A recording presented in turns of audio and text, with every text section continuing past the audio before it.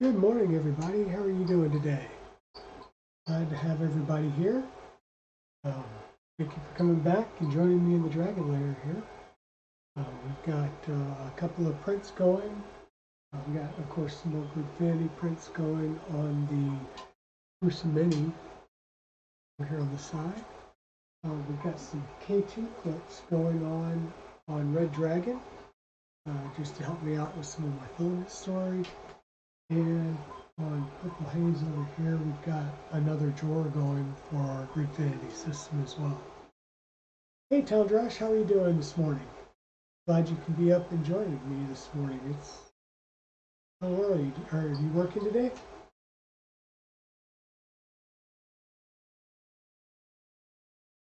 So, as you know, we've been working on our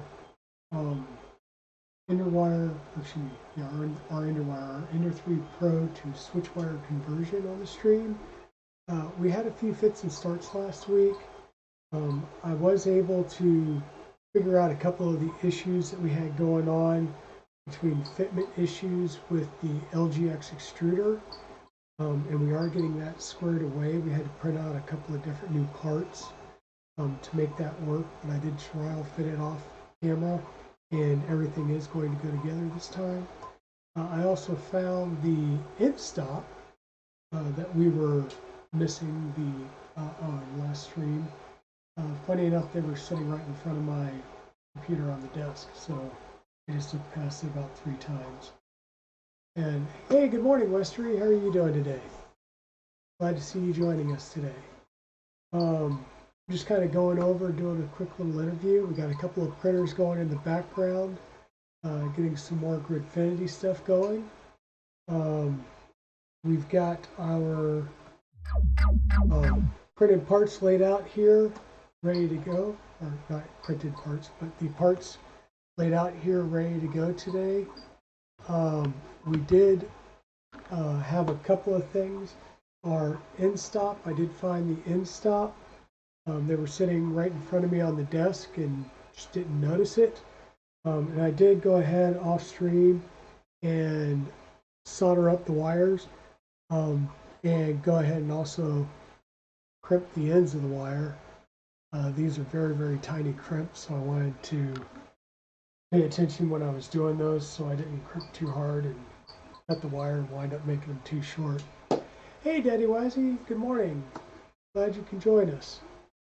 Some of the other stuff I worked on between the last stream and this stream was just working through the different fitment issues and trying to find out the right combination of printed parts to do the LGX mod correctly.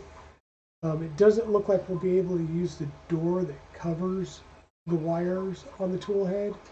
I haven't found one yet that is just not too tight on the wires, but we'll get there. We'll show that a little bit later. And also, I did realize that the carriage that I had first printed out that we installed last stream was actually the wrong carriage. It was for a different mod. Kind of what happens when you've got 6 different GitHubs going, trying to figure out which mod you're going to use for where. So I did get that reprinted, and as before, I did go ahead and get our heat inserts put in off stream just to make sure that we were ready to go and start assembling today. So without further ado, how's everybody doing this morning? Everybody doing good? You got your coffee? You good to go? Ready to go in the morning? Just kind of waiting for a few more people to come in.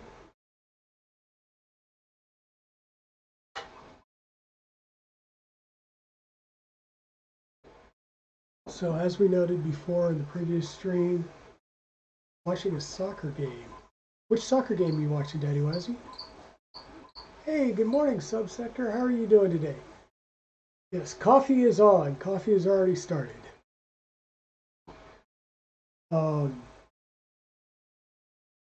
Okay, Josh. Yeah, everybody's getting their morning coffee. Everybody, I know it's 10 o'clock for me. I decided to go at 10 o'clock on Saturdays on the East Coast to let my folks that are further west be able to get up and get going. Letting the dogs out, but you're gonna get coffee soon, okay?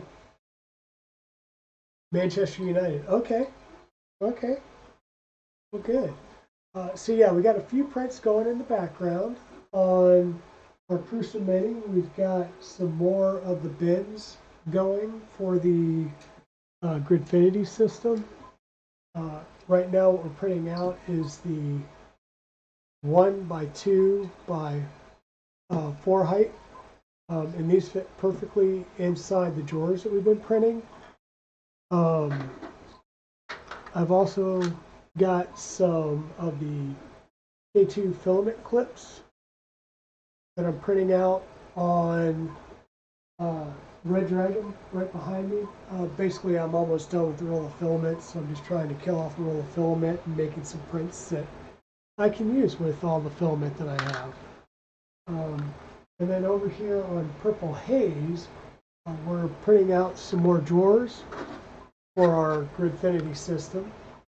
And once again, this is going to provide the baseline storage over on my workbench, or I should say my parts bench stock bench.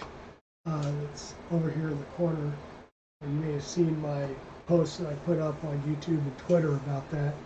My storage is just a collection of various sized plastic bins, and it's, you know, everyone's a little bit different. They don't stack well. It's kind of, I mean, they're a little bit easier to look through and find if, you know, they've got the see-through and we don't have a bunch of stickers on top of them. I do try and go through and label my storage as much as possible to make it easier to find. However, with the Gridfinity system, I'll still be able to label them as well as just get them a little bit more organized. And then I will have one on my project bench over here that you all have seen. And the nice thing with that is, as I'm coming to do a project, I can get the most related things I'm going to need for that project and get them on here. And if I'm going to do some soldering, I will have a little bit of a soldering workstation set up that'll have all the needs for soldering. So I just move it over to the workbench, do the tasks that I need, and then it can go right back in its place. I'm just trying to get myself a little more organized with the streams and with the various projects that I've got going on these days. So yeah, speaking of organization, sorry, I'm trying to get this to go a little bit smoother. There we go. Here we've got all of our parts laid out that we're going to be working with today. As I did note before, we did have some new parts that we had to print in order to work with the different boards that I have. I found out that on the printed part mod that I was using for the LGX mount, there's two different types of the PCB boards for the fans. Hey, good morning, Titan Gamer. How are you doing this morning? I saw you sneak in there.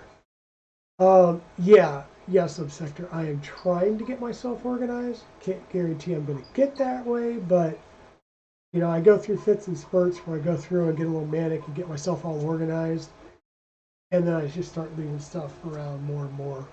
If you saw the amount of stuff that's on the ground behind the workbench over here, actually you can see some of it. But yeah, I need to continue to get my projects organized. But yeah, with that, we're going to go ahead and get ourselves started. Let me come over here and get my carriage stuff going. So once again, yeah, got to get organized over and over and over and over. So once again, off stream, I did go through and I found my end stops. These are just basic generic Omron end stops that I got. I believe I bought them off of DigiKey. And when you get these, it's a good idea. Don't get just the number that you need. Always get some extra. Something like this, you're paying like a dollar or two a piece if you're getting the good Omron ones. But you're going to buy 4, and then you pay for shipping, and shipping's like $5-6. You might as well make it, make the order worthwhile. And the manual calls for 150 millimeters of wire. So I did go ahead and I've got some good FEP wire here. So I cut off the lengths. I did get it soldered off stream. Got some heat shrink on there to protect the ends. And I did go ahead and crimp the ends on there for the wires that we'll be using a little bit later. I did notice too on the board that these are not the standard JST connectors that we're used to on the controller boards. These are a little bit smaller. So I did have to go through, and luckily they provide all the pins and all the different connectors you would need to redeterminate your ends. And we'll have to do that for the motor as well to connect into the back. But I did go ahead and get these pre-crimped on there, and then we'll have to crimp the wires for our probe and cut and recrimp the wires for the motor. And we may wind up doing that in the next stream, just so we can have kind of a crimping and electronic stream. So with that, we'll go ahead and get started. We're going to start with the carriage. So the carriage pieces will line up like this, and our end stop goes on the right side. So we're going to take the right side piece, and you'll notice you've got the holes there that we'll use to mount the end stop. And this hole right through here is where we're going to mount or run the wires, and that's why they tell you not to put the connector on yet, because you could have issues getting that wire through there. So we just want to run the wire through there, and the end stop will be mounted with the with your little fork downward, facing downward, and this is going to mount in with M2 by 10 self-tapping screws. So these are the fun ones. They're really small. So yeah, and it doesn't help that every time you go out and you order things, Titan, you're either going to get them in a bunch of baggies, or you'll get them in where's the other? You'll get them in more little plastic containers. And I can't tell you, I bought the M5 by 40 bolts. I don't need a bunch of them, but every time I need them, I go looking for them. I can't find them, so I order some more. And then like 30 minutes after they get here, I'm digging through a box and I find, I've got like 30 of them sitting there. So it's always fun. Yeah, if I get my bench stock organized, hopefully I can prevent myself from ordering a bunch of stuff that I don't need. And then things like end stops, I don't sit here on stream trying to find the end stops that I know I saw. What I'm going to do is I'm just going to push that screw through, get it lined up with the first hole, and then use that as a guide to get the second one going in here in a second. Alright, black on black here is kind of a hard thing to show on camera.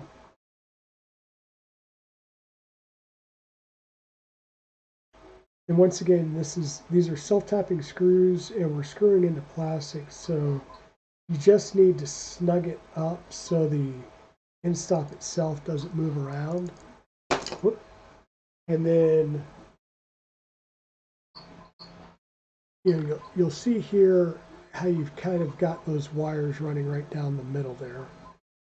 And you can even work on just bending those wires down and around so that they get in and through there nicely. Okay, we're just going to leave those looped around through the front for the time being. Next up, we are going to go ahead and install our belt clips. So your belts are going to ride right over the top in this channel and then come down and get clipped in. So you're going to put one of your belt clips in, and there's two sides to the belt clip. There's a side that's got the ridges and then the smooth side. So the side with the ridges is the side that's going to go against the other printed part. As I throw things around, it's not good because now I got to find that in that I just threw around. And we are connecting these in here with M3 by 16 screws, socket head screws.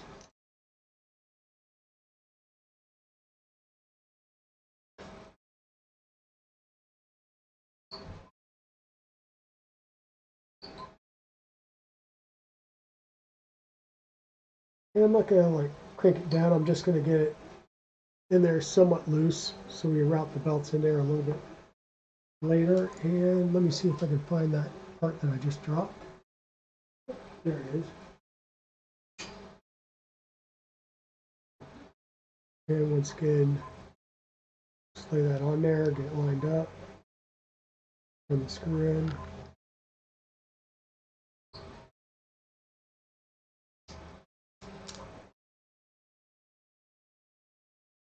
Yeah, that's, organization in the shop is one of those things that's hard to do.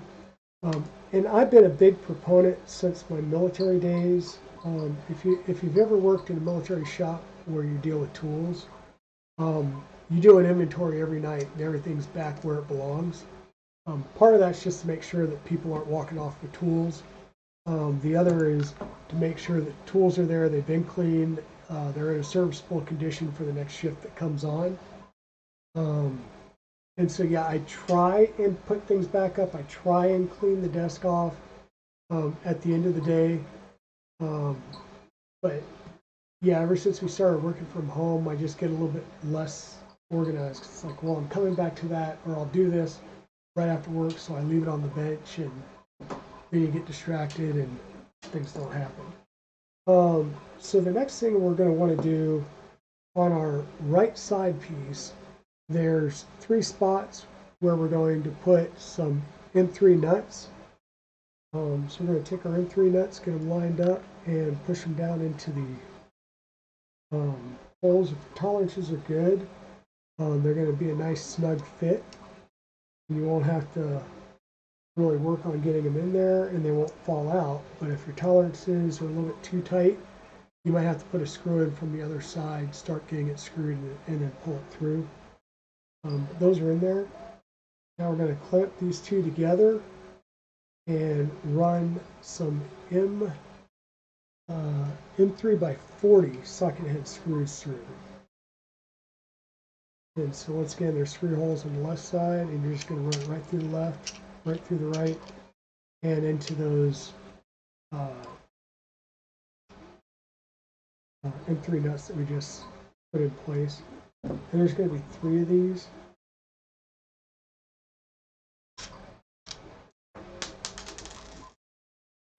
So that nut was a little loose, so definitely put a thumb behind it and tighten it down in there.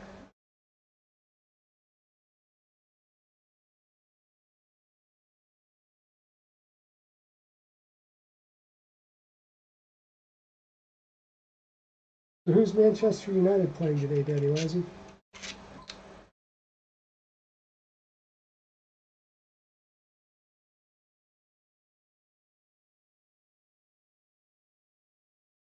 And there you go.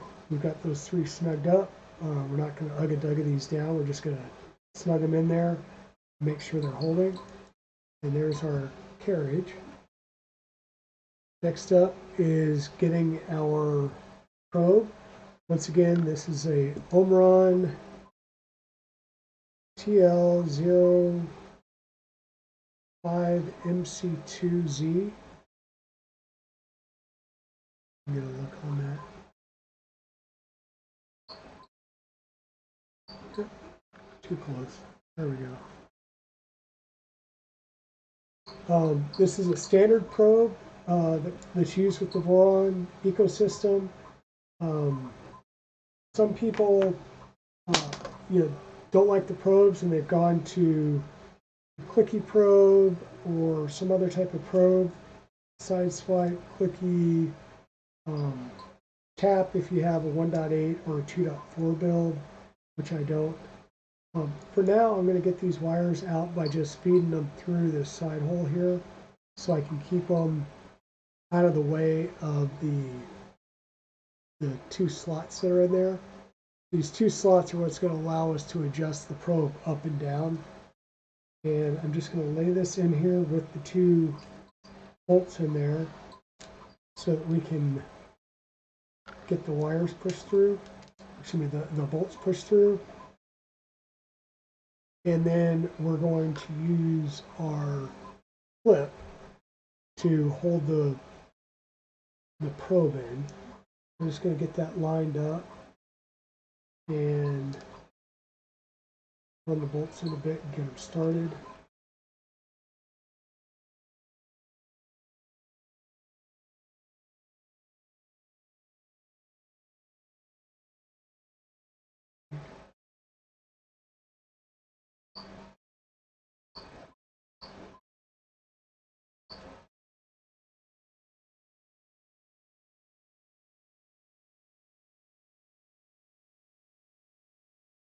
All right.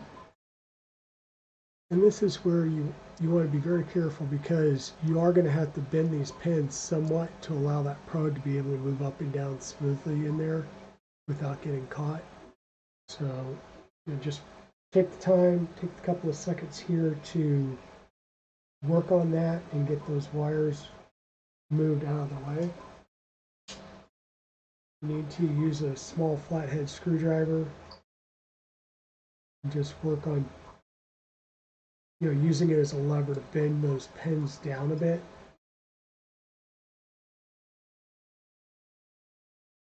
To allow those cables to work around.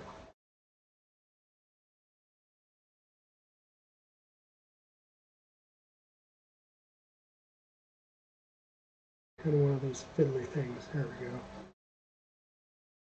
And now we're able to get those cables so they clear that little clip there. And what you'll want to do is back these off just to make it a little bit loose. And we're going to set an initial reveal of the probe to the bottom edge of this. And it's going to be initially set to 6 millimeters. Kind of work the probe down.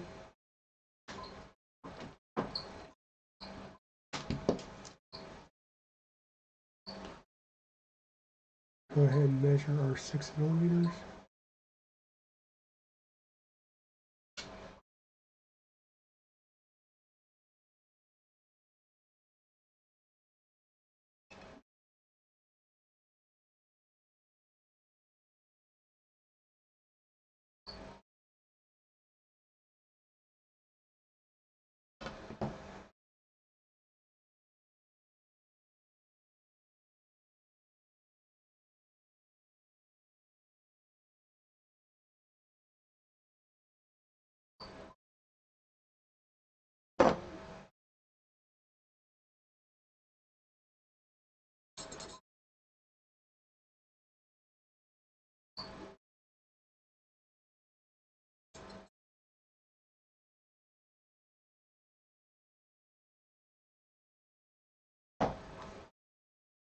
Okay, and once you get there, you're just going to tighten that down. I want to make sure that that probe is as straight as possible and parallel to the sides. Just like anything else, as you tighten down screws, whatever you're fastening can switch in the way of the screw. But you want to try and get the edges as parallel as possible with the edges of the carriage, because that'll mean your probe's straight and not cockeyed at an angle. That'll give you different readings. Okay, Titan, be safe while you're driving.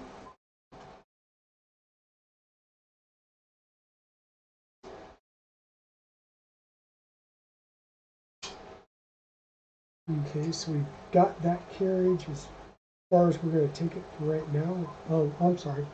The other thing we're going to do is put our M3 by 12 socketed screws in these top two holes here. And once again, these are threaded directly into plastic. And these are going to be, we'll call them the retention pins for our tool head.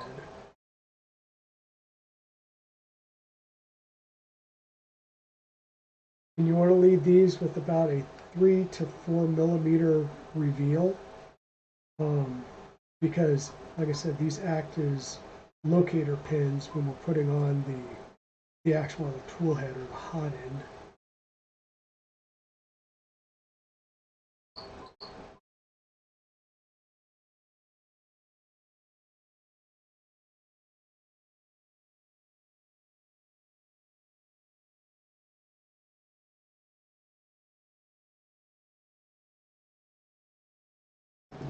I'll try and get these close, and then once again we'll kind of show you when you bring your hot end in, you've got these little ears, and these ears are going to go right up on those bolts, and then the bottom lips right onto that edge there, right? So you're not trying to, I'll say, secure it solely with the bolts, but the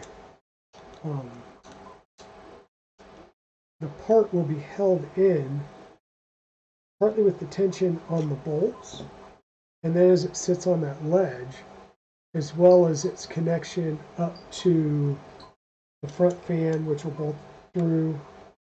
Your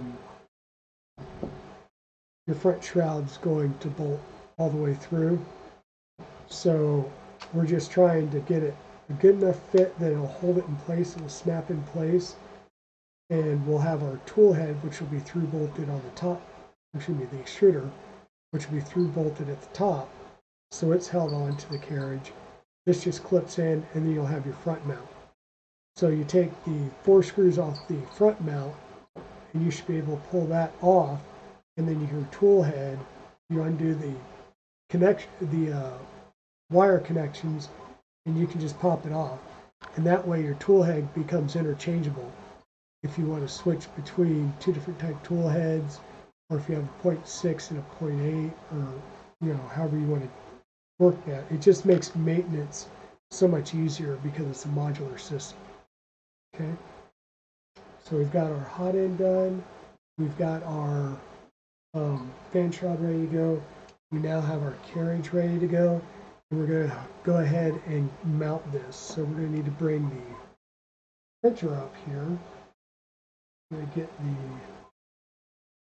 mounting block and its screws moved to the side. Bring our printer up here.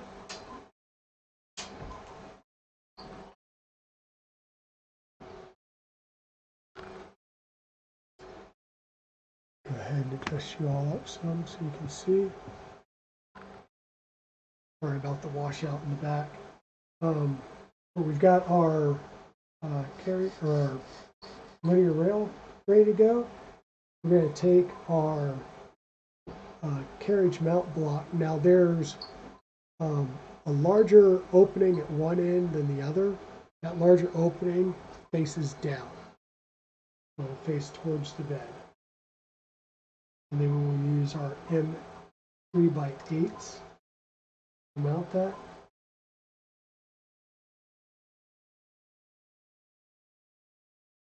And you're going to use your standard cross pattern when you get these on there. So you're first just going to get on there, make them a little bit just where you get a bit of tension, and stop. get all them on there, and then we'll go around and tighten them in a crossing pattern. That way we got a good connection, everything's tight, but we have the ability to get everything lined up as well.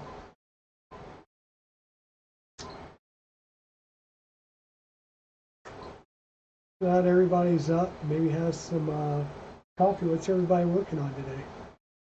You got any projects going on Westery or subsector? And we're now into February. Are you still doing Print the Mint, Daddy Wazzy, or are you working on something else?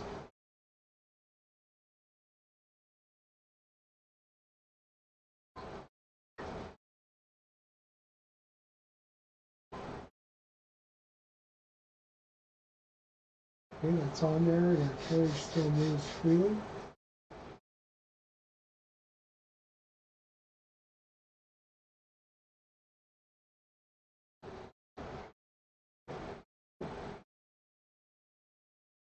Next up, we're going to mount our X carriage on there, and we're going to use M3 by 12s.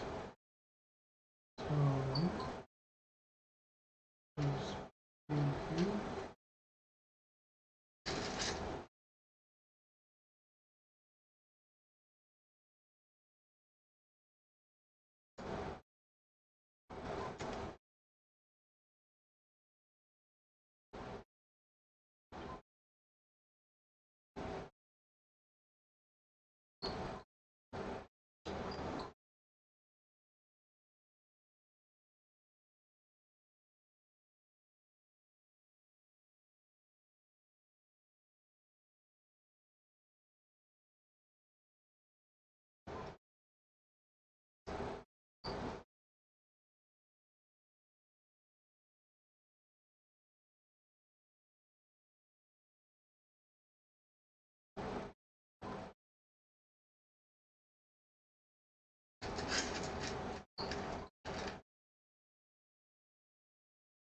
So how's my connection doing today? Am I dropping out? I do have the 3-second delay on still, and I've got the new internet connection in. And with that, I'm on a dedicated channel of the router for just the stuff up here streaming, where we still need to come through and get a hard wire run up to the Dragon Layer, but once we get that done, then we should be, have all the bandwidth available to me up here to stream. I'll just need to really work on the internet service provider at that point to get the best tweaks I can out. Great so far? Good. Thank you, Titan Gaming. Or Titan Gamer.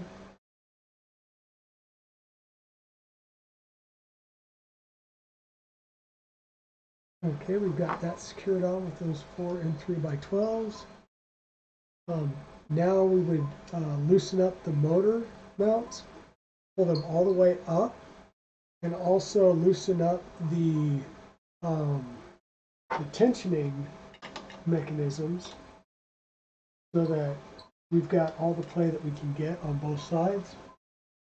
And the next step would be mounting the belts.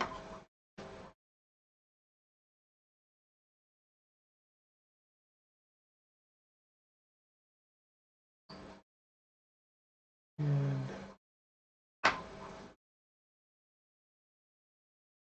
you have plenty of belt here.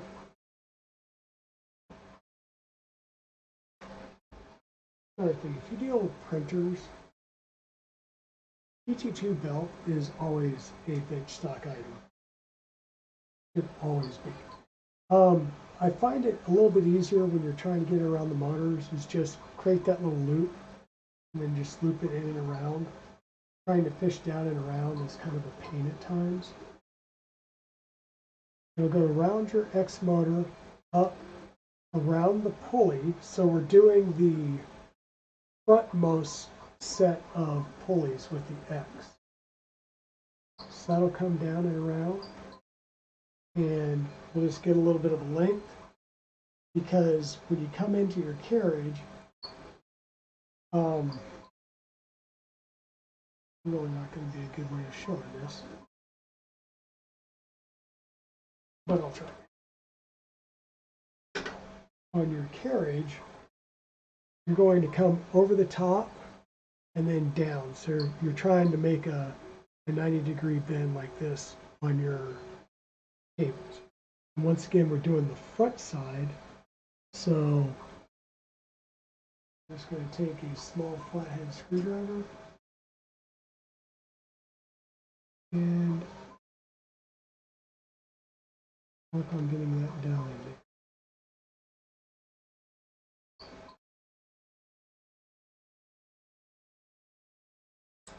This is why we left the cable clips really loose, so you can get these started down in there.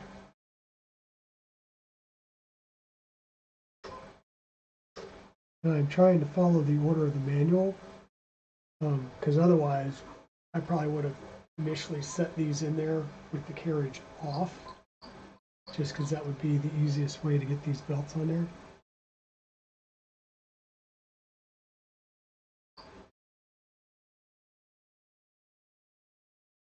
There we go.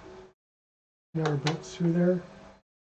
Once again, we go across, down, around the motor, and we're at the front, so we'll come up and over. Now, when you're coming over these idlers at the top, your teeth are facing the idler, and that's going to be fine. That's why we have smooth idlers here. And then on the other side, once again, smooth idler, and then you're going to go through the gantry. Let me see if I can turn this around again so you guys can see better.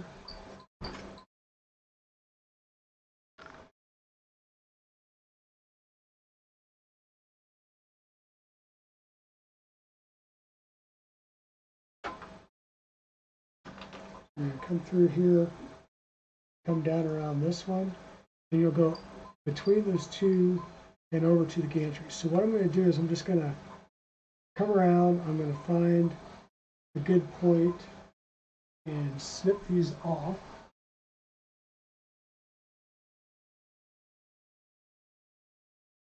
Just so I know we have plenty of belt.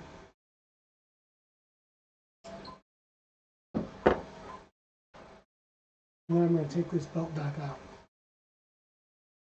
So this is one of the tricks that I learned early on. When you're trying to get your belts as close to the same so that you can make sure you have even tension on a Core XY or Core XZ system, figure out the length of your first belt, give yourself some slack, and then line up your next belt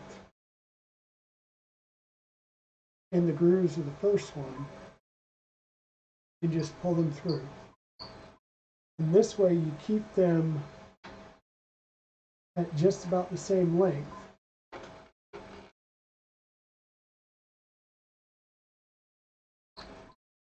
All the way down through there. And when I started the second belt on top of the first belt, I ran it one notch from the top. So that when I get down here to the end, I'm going to cut one notch below where they join. And I now have two equal length belts. That way, when I do my initial runs and I just get my base tension going, I count the number of teeth exposed on each side of the belt. And as long as the belts are even, then my overall routing initial tension is even. And then from there, when I'm tensioning up, it's a matter of just making sure that I keep equal tension as I'm tensioning them up. So once again, the X belt, we're going to make the loop and go around the motor. And we're going to come up and go through the side, which is going to bring us around the first idler gear there. Then we're going to, once again, work on getting that belt going down between the belt clip in the carriage part and just get a little tail going.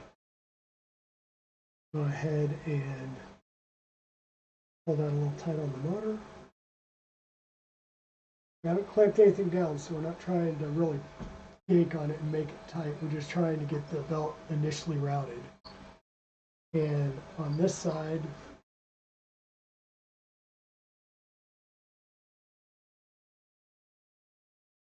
once again, we're following the front idlers. We're going to go around that idler and in between the two idlers as it comes across to the carriage on the other side. Okay? And it helps if you do a little bit of a backward bend on that cable or the belt to get it to start routing in there. And I'm going to turn this around so I can see better.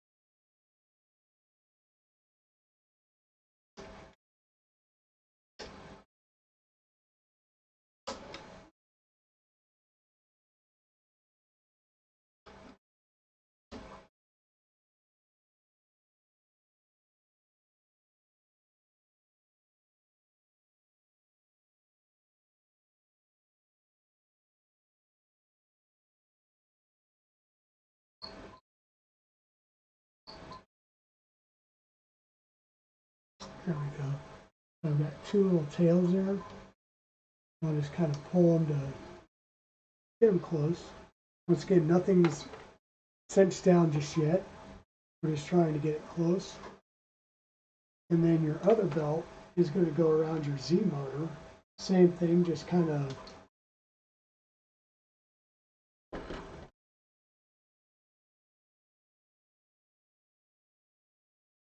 make a loop and go around that motor pulley.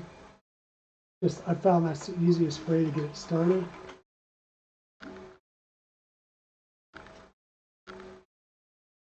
We're going to come up and go around once again, we're going into the back side now, so the pulley closest to the extrusions. We'll bring that around and go ahead and get that started in the back.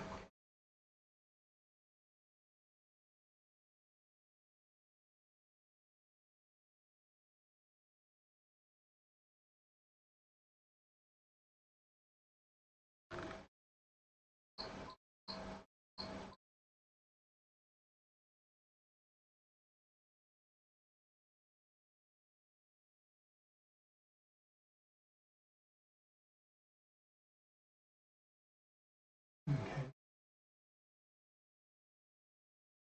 I'll bring that up across the rear idlers, back down, and once again we're going to go through that idler at the back,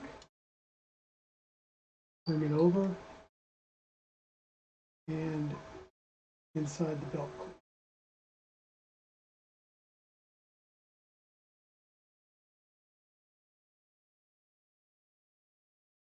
Okay. So our cable paths are now there. Now what I want to do is work on getting my motors and aligned and get these belts aligned. Because if you, not sure if you all can tell, but it's moving at an angle towards the front. So what I want to do is try and move the motor mount itself as far as I can forward, and then we will also work on moving the pulley forward on the motor so that we can get it as tight as possible. going to back off these M5 bolts some, move it forward as far as possible. Now I'm hitting the T-nut's hitting this bolt here. So what I may want to do is turn that T-nut completely around so I can get that closer to the extrusion.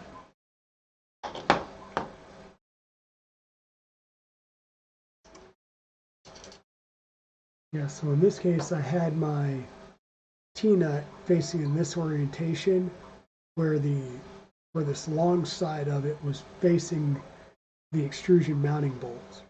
So I'm going to turn it the opposite way, which should allow me to get it a lot closer in there.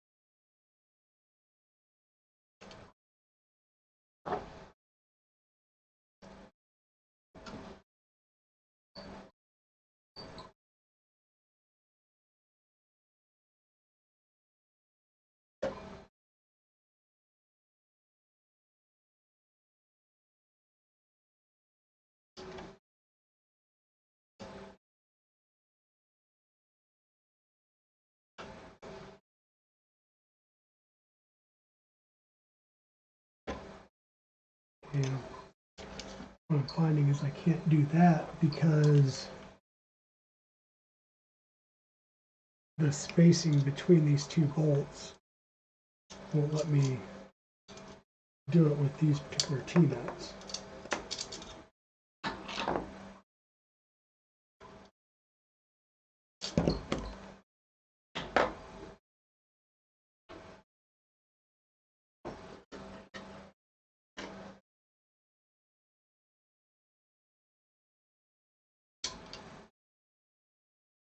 We'll turn that around.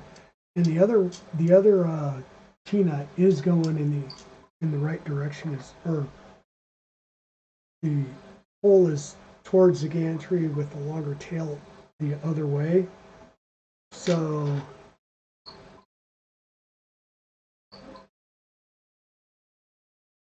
you're having sound dropping out, Chin? Okay.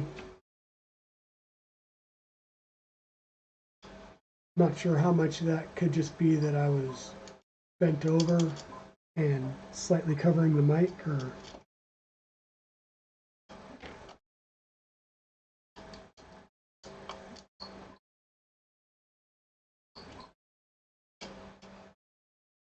okay, so we'll get that in there and then we'll pull that as far forward as we can. Again, we'll raise that motor up and just lock it in. So we're going to have to adjust our pulleys to get our belt alignment a little bit better.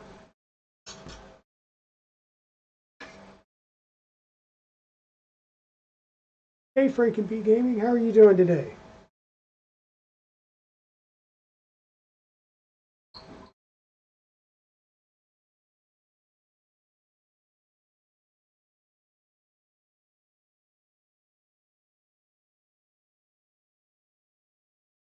What I'm trying to do right now is just line that pulley up so that the belt path is correct.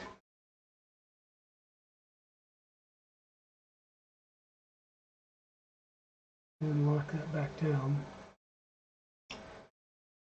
Now once again, when I put the set screws in here, I did not put Loctite on them yet. I will go through and put Loctite on them before we lock it fully in place. Oops. I thought the belt path was looking funny. On your belt pass, make sure you go around the idler and over the top of that printed part. Otherwise, you're going to be rubbing on that plastic, and that's no bueno. You'll get a lot of drag, and it just will not. You'll see all kinds of weird artifacting. Not to mention the fact you will shear off that, or not shear off, but you'll grind off that plastic with the belts, as well as grind into your belts with plastic. So both parts will deteriorate quick.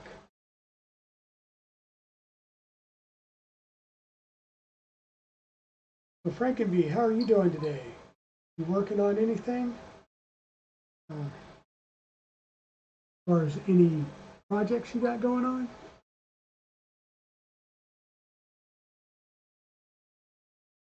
Okay, we're gonna have to do the same thing over on the other side as far as trying to line up that belt pass some.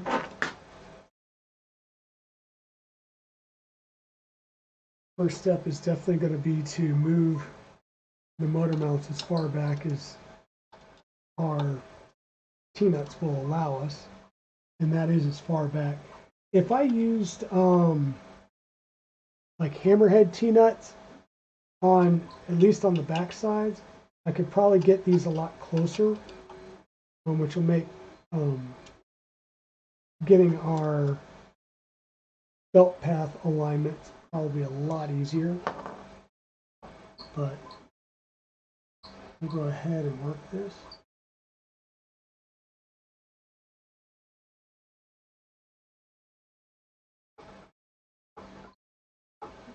And I've got the flat facing up. Well, I had the flat facing up. Flat facing up. Undo that set screw. Move that out on the gas thumb to line up the belt.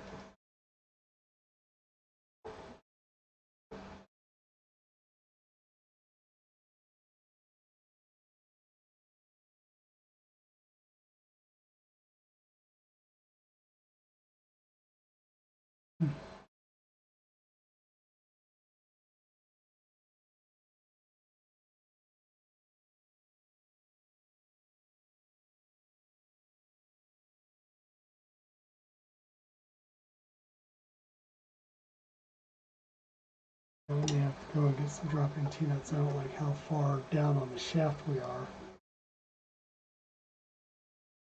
Try and get this to line up.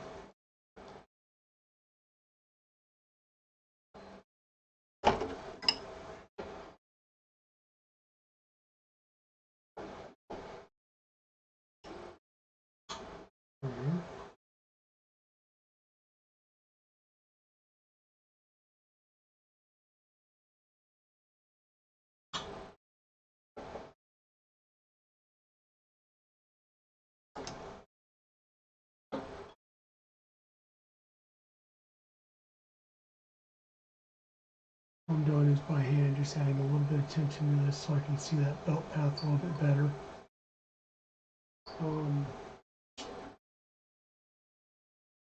Bear with me 1 second. I'm going to go up here real fast and grab one of my other bins.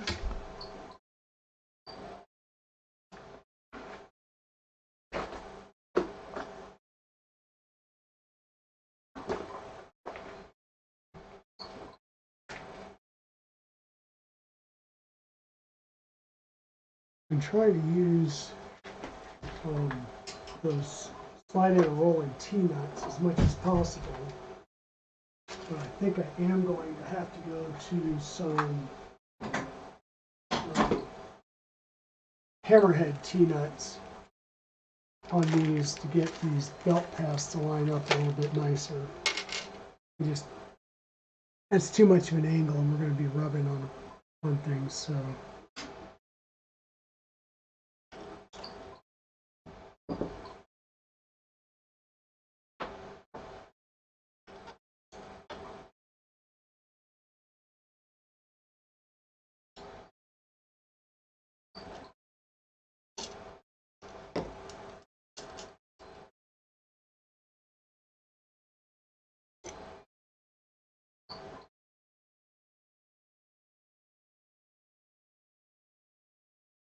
Okay, on the ERCFA. Yeah, that's one of the biggest things on any multi-material unit is trying to get the tip forming correct. I know I've got an MMU system that I want to put together. Well, excuse me, I have it put together. I just need to go ahead and get it installed.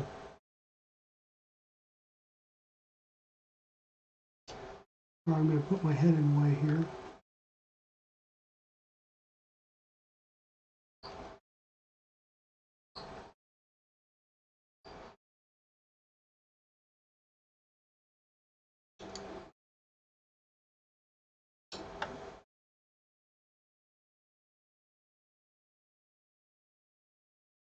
And make sure you pull up on the motor. You'll see that I was able to get that right up against the gantry edge there, or I'm sorry, the extrusion edge there, which makes lining up this belt path so much easier. And that will let me pull the pulley back some, so it'll be more on the shaft. We'll have less of a chance of bending our shaft.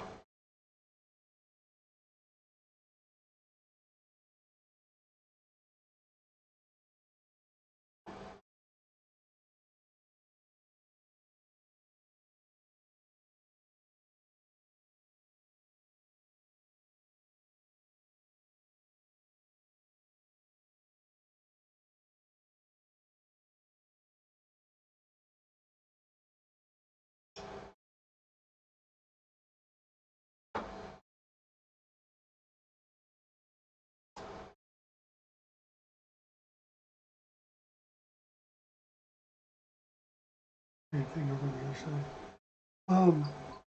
So how many trucks do you have on your ERCFA, Franken Gaming?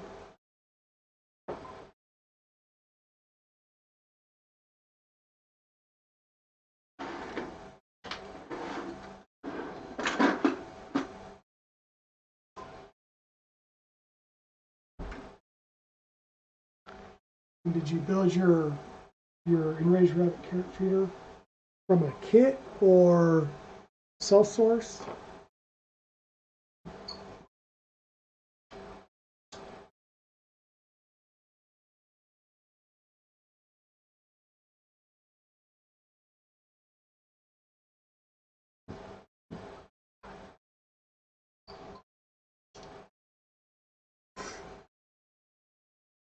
Oh, sorry. I asked how many trucks you have in your ERCFA, and did you build it from a kit or did you source it yourself? Got the parts from West 3D. Okay, was it all sourced or does West 3D have a kit for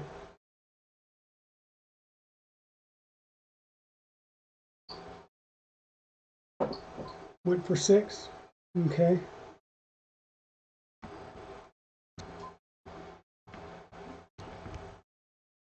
Yeah, one day I may get an ERCFA put together and put it on a Switchwire. But right now I've got a MMU2S.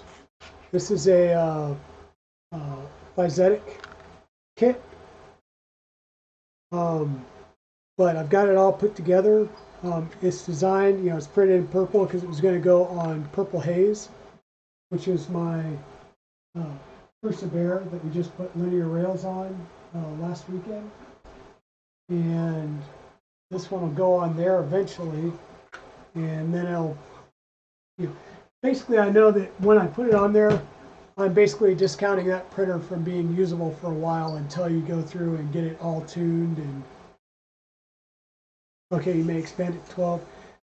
Do you know how easy it is to just expand those? Is it just getting the longer linear rail or linear rods and a longer lead screw, and then of course the printed parts to do the added trucks, or is it a lot more than that that's involved?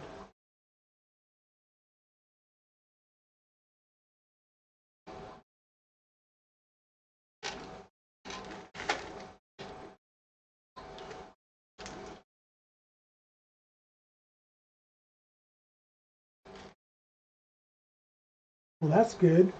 That's at least an easier path to adding more.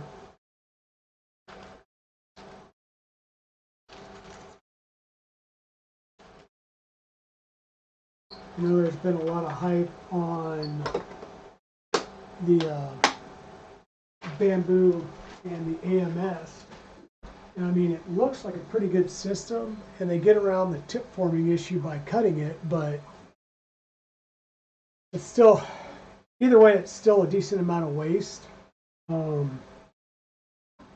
But having ERCFA, which is open source, or the MMU2, which is open source, or even the Chameleon, which once again is open source, versus the closed source by Bamboo Labs. I think I like the idea of an open source solution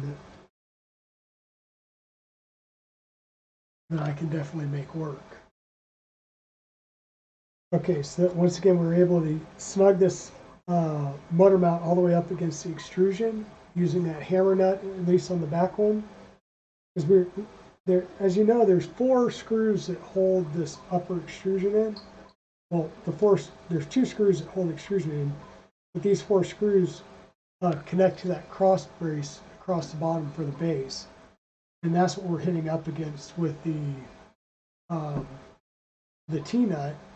And the problem with the T-nut is even putting it so that the holes in the back and I'll say the tail is facing forward, there's not enough gap in here for it to sit right. So now doing that, these belts line up a lot better, and I should be able to move the pulley back onto the shaft just a hair, which gets us a little bit more wiggle room.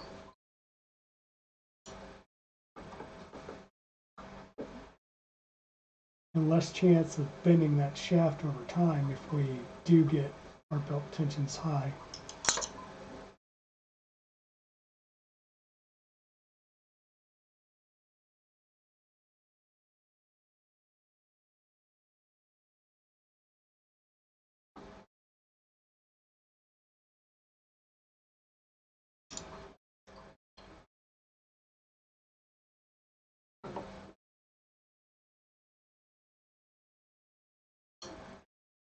Okay, so I have our belt passed down,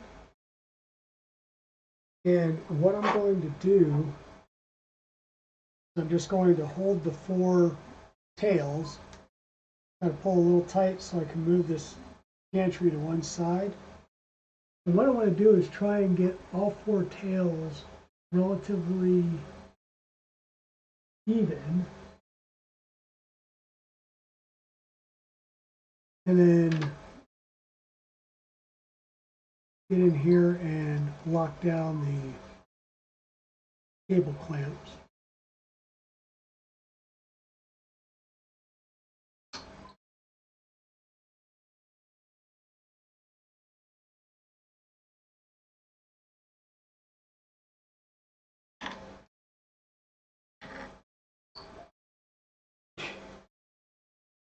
Well, we're always thinking of you, Westery. Whether we're saying Westery or not, we're probably still thinking of you.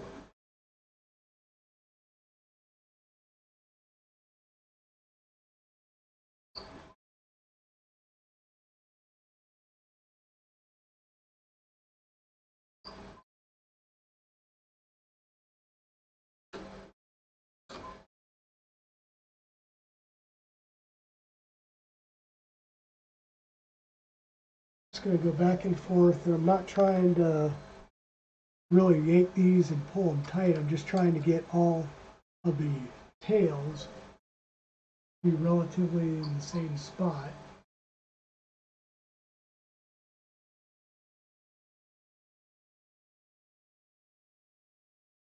And that'll provide, I'll say, some initial pretension.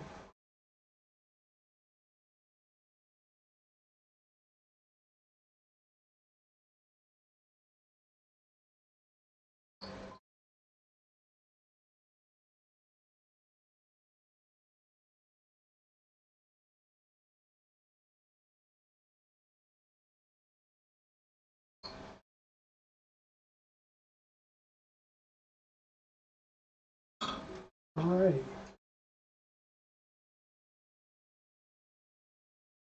So there we go. We've got our belts on. I'm just going to move the gantry around a bit, make sure that everything's tracking, nothing's moving wonky on us. Okay. And I will tell you, on Red Dragon, I did leave these tails a little bit long, just to have something to grab hold of if I'm ever having to rework the belts. As long as they are not down further than your tool head when it's mounted, they won't interfere with the print. And if they are, then, you know, just cut them short, or you can fold them back up in themselves, and that way you still have enough that you can play with if you ever have to work on tensioning the belts again. And all you're doing is just looping them back into the cavity between the belt clips. And once again, I don't know if you've ever, you know, if you build enough printers, you'll realize that you'll have to do maintenance. And as soon as you cut these things just even and take those belts off to, you know, work on something like, oh, I've got to replace the linear rail. Well, to replace the linear rail or do work on the linear rail, you have to take the gantry off because you have to get these side pieces off. Well, as soon as you do that, that means you have to take the belts off. Well, if you got your belts tensioned and then you cut them flush with the part, you have no tail to pull on to get them back into the position and tighten them back down. So I always try and leave tails. And once again, there's an ability, let's see if I can get on camera. On back, all I did was I took these tails and folded them back in and put them right back into that cavity that's there. And you can see them, they're sticking out at the top right there.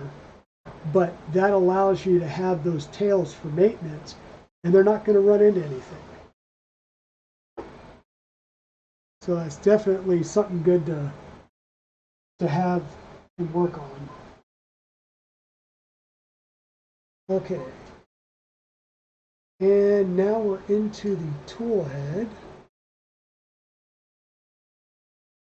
And once again, we had decided to go with the LGX Lite extruder. Okay. And what I did on the LGX Lite extruder, besides, you know, when we worked on it last time, we took the covers off and inserted all of our M3 square nuts so that we can mount this down. We do have this side panel here, and on this side panel, in this hole and this hole, there are two square nuts, M3 square nuts right behind there, and that's what we'll use to mount our tool board. Now, what I did was I used some M3 by 4, I believe, or maybe M3 by 6 flathead screws, the countersunk screws, to mount this board on, and then I'm taking a piece of electrical tape and covering up the screw head. And the reason I'm doing that is you're going to mount your tool board to it, and you've got the little solder pins on the back. There is a slot right here that this set of solder pins will line up into, but just to make sure that none of the others could contact a screw, I did go ahead and put the electrical tape on there just to prevent some contact, hopefully. And I also went through and cut all of these tails down as much as I could to reduce the amount that they stick out the back. So that tool head board will mount on there now nicely, and it'll lay flat and true So it's not at some type of an angle because the pen's pushing up on it. One of the things I do want to show you all is where I got my files from. So I got my LGX extruder parts that you're seeing here from Ramalama 2. This is his GitHub page. So it's Ramalama 2 under his Voron mods. And we're looking specifically for the Stealth Burner LGX Lite PCBs. Yeah, you come in here, you download the STLs, and you print. Now, the one thing I do want to identify before we get too far is it says that there are different types of the front mounts, the fan shrouds. None of the ones in the main folder worked for me. And it's because there are two different types of the two-part toolhead boards. Hey, Jerry 3DHP, how are you doing today? Thank you for joining us. Yeah. Hope you're doing well today. So we're going through and we're working on our Ender 3 Pro to Switchwire conversion. We just mounted our carriage and got our belts routed initially. They're not too tight, but we just got everything lined up. And we're talking about the LGX Lite extruder mod for the Stealth Burner. So what I'm showing you right now is there's two different styles of the two-board toolhead PCBs. The one on the left is a design, this is actually the first time I've seen that design layout, and in that one it's a different, I'll say, angle on the board that still lines up the 8-pin connector to connect to the main toolhead board and maintain the same screw holes on the normal Stealth Burner. The one on the right, that board has to be tilted a little bit more. And in fact, in this picture, I'm not sure if you see my cursor, the bolt on the left-hand side of the right picture that's right above the 8-pin connector, you notice how that bolt is to the top of the angled side? That will not allow that board to line up properly with the main board. Okay, if this bolt head is above this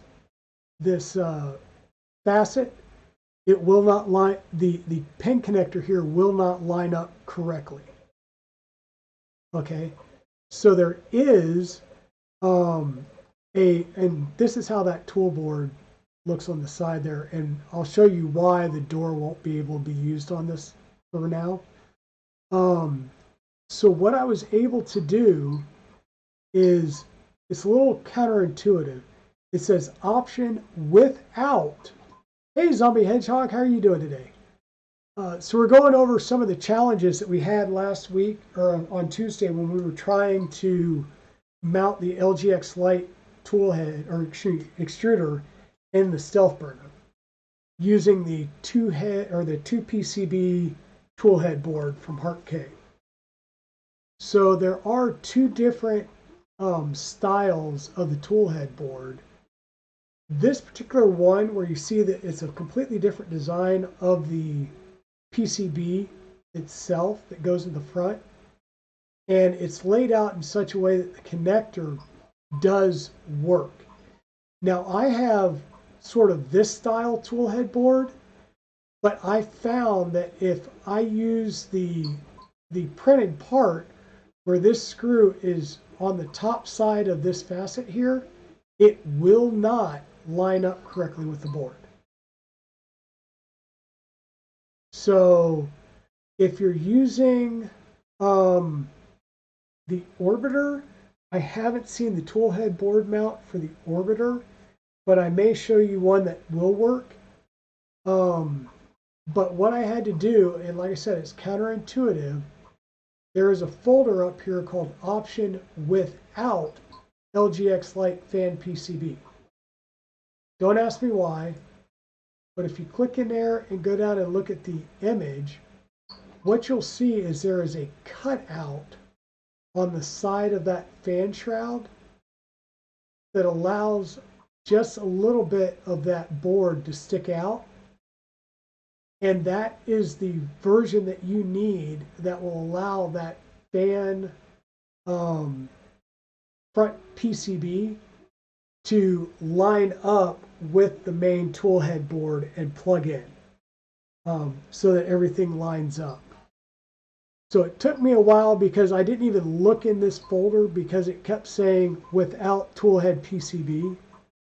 So yeah, that was a big pain in the butt and something I did want to highlight because it was causing us a lot of frustration on the stream on Tuesday trying to get this lined up and installed.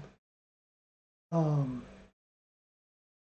me come back over here and switch camera views. I'll come over here and I will bring up that browser view down in the bottom right. So that's basically what we're going to go ahead and work our way through. Now, to do this, if you were going to install the door in the back, you have to install the door first. Because once you install the LGX in here, the large gear will cut off access to that screw hole. Okay, so you'd have to install that first. And I also found that trying to get into these screw holes is a little tight.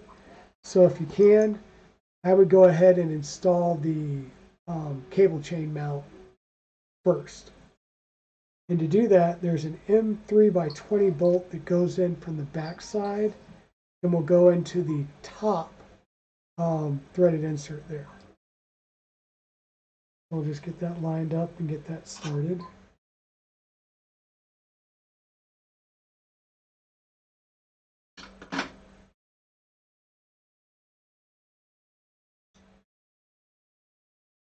So how are you doing today, Zombie Hedgehog?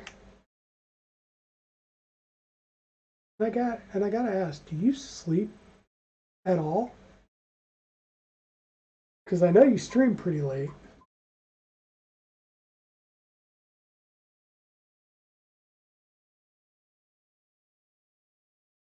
All right. I'm going to correct myself. It doesn't go in the, it's not the top thread insert, it's the bottom one because the other thread insert comes in from this side.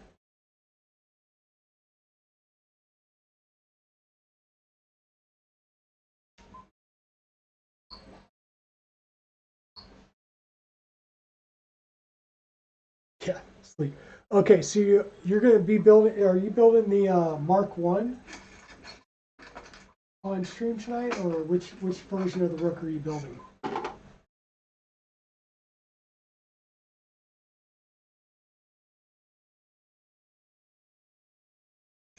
Yes, so M3 by 8, it goes in from the front to hold the lower. So an M20 goes in through the back, and then an M3-8 goes in the front.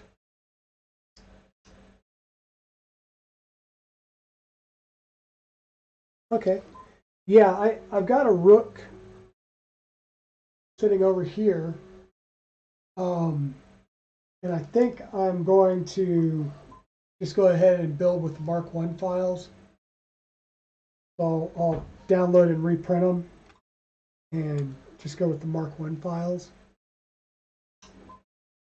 Once again, no need to try and rip the threaded inserts out, just get it in there. And then your LGX motor, you're just going to kind of slip this around and slide it in. And it's a tight fit with that gear, and that's why what you see when you get that gear in there, you're no longer going to be able to access the screw back here that would mount the door. Right? So if you're going to use the door, then that's what you want to do. But the door doesn't have enough clearance, and it would really bend the, I mean, it barely clears the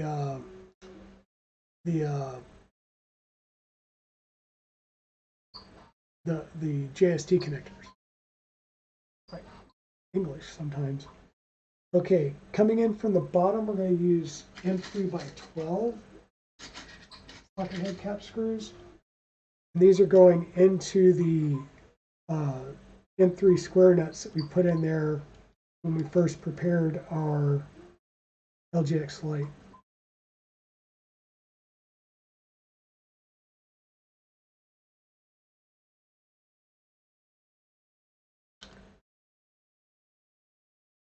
Okay.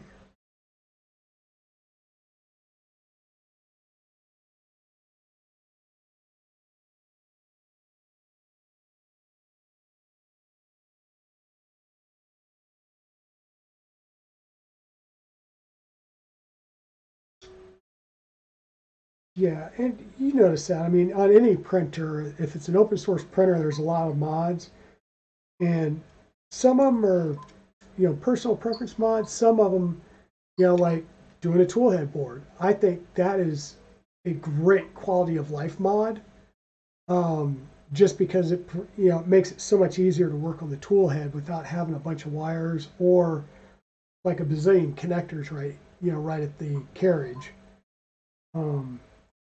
So we got that. It's two M3 by 12s at the bottom, and that will get us there. One other thing to note before we go to the next step, there is a little collet at the top of your LGX light. You have to pull that out, and you can go ahead and set that aside. It will not fit at the top, but you will need a UM2 collet that you will stick in the top, and that's one of a standard push fit collet that you would have on, like your E3D V6 hot end or similar hot end. So you can get those just about anywhere. If you are going to put a door on it, it's an M3 by 12 bolt. And this just clamshells on the front. It is a very, very tight fit. I'm just going to clamshell on the front. And as noted, the bottom has keys in the part so that it lines up properly. And if you do want to look at this this modification, Frankenbee, I know you're using the IRCFA. There is a version of this for the IRCFA that does add a Hall effect sensor for IRCFA between the extruder and the hot end.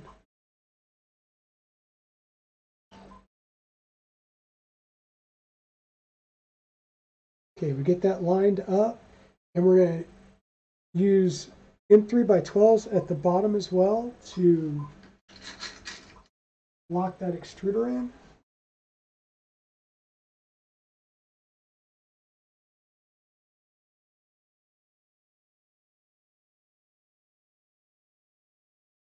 Hey, Caesar Craft, how are you doing today?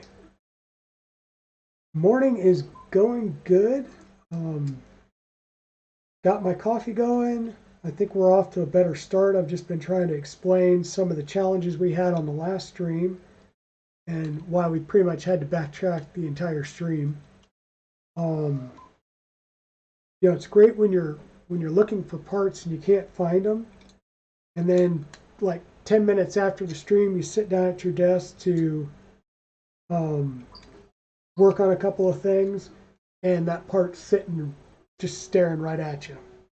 That was my end stops that we had to install here. Okay, so the two M3 by 12s go in, so you have the 4 that go in through the base that hold the extruder securely in the mount. And then we're also going to install M3 by 25s. There's going to be 3 of those.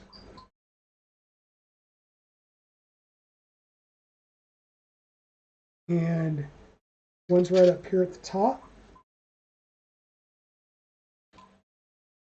And that goes into the threaded insert that was in the back here.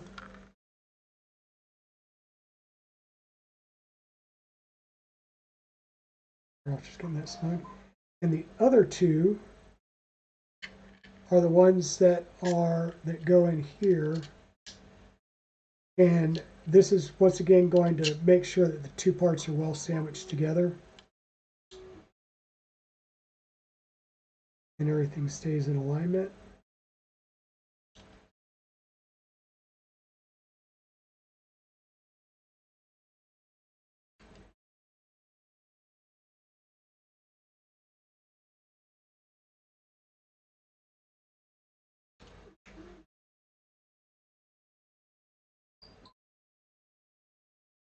Oh, okay. And is that the was it the 3DO nozzle cam that Modbot and I think Nero are working on as well?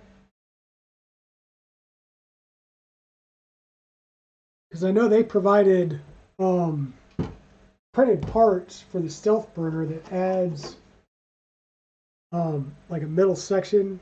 I guess it would be on this piece. It adds a middle section down here that the camera would mount into. But trying to make that turn to route that cable, I mean, I've seen 3 or 4 people online already that have popped the or ripped the connector off the camera. So, okay, so we've got our extruder put together. The tool board will mount here. One of the things that I'm going to have to do is, and I'll possibly do this off stream, is the connector for the motor. You really need to unscrew the bottom screw here so that you can rotate it just a little bit to get that connector in. There's plenty of clearance for it once the connector's inserted, but if you have it down here and you're trying to insert, it's not a good enough angle to get that connector down in there, I don't think. So it's just a matter of, loosening the bottom screw on the tool head board. Just break the screw on that one so that you can rotate it just a tiny bit. It'll be easier to get that in there without damaging it. Okay, you're going to go ahead and model your own. Good deal. Now, it suggests a M3 by 5 for this tool head board with a note of possibly shave it down to like an M3 by 4. And, well, I so happen to have some M3 by 4s. So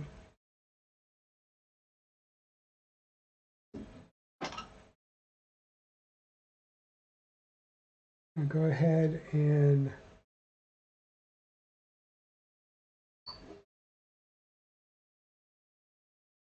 get those installed.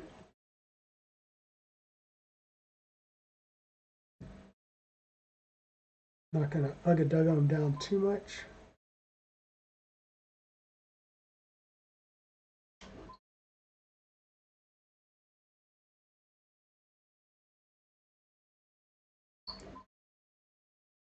So on the Frankenbee, on the ERCFA mount that I was talking to you about,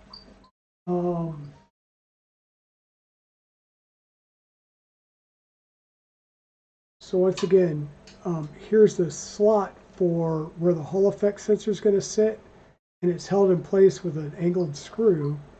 You'll have a washer that goes into this slot that will act as the trip for the sensor.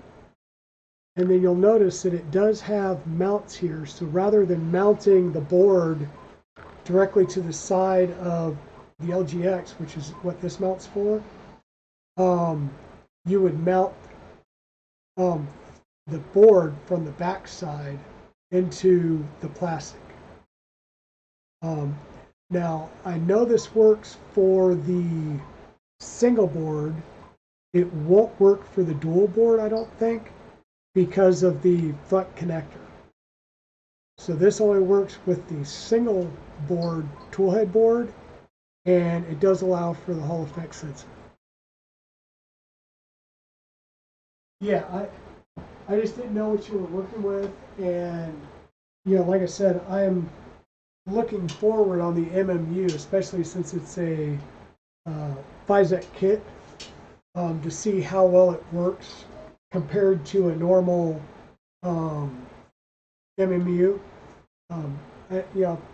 Most of the stuff I've gotten from them, everything works. I printed the parts myself. All the parts are ABS, so everything's got good clearance and seems to work well. Okay, so we've got our extruder piece done. We will need to do some electrical. Like I said, we're going to have to snip these wires down and add the connectors. These are, once again, smaller JST connectors. They are not the same size. So one way or the other, I was going to have to cut the ends off and recrimp and terminate and use the connectors that came with the Heart kit to do that. So yeah, got that done. Next up would be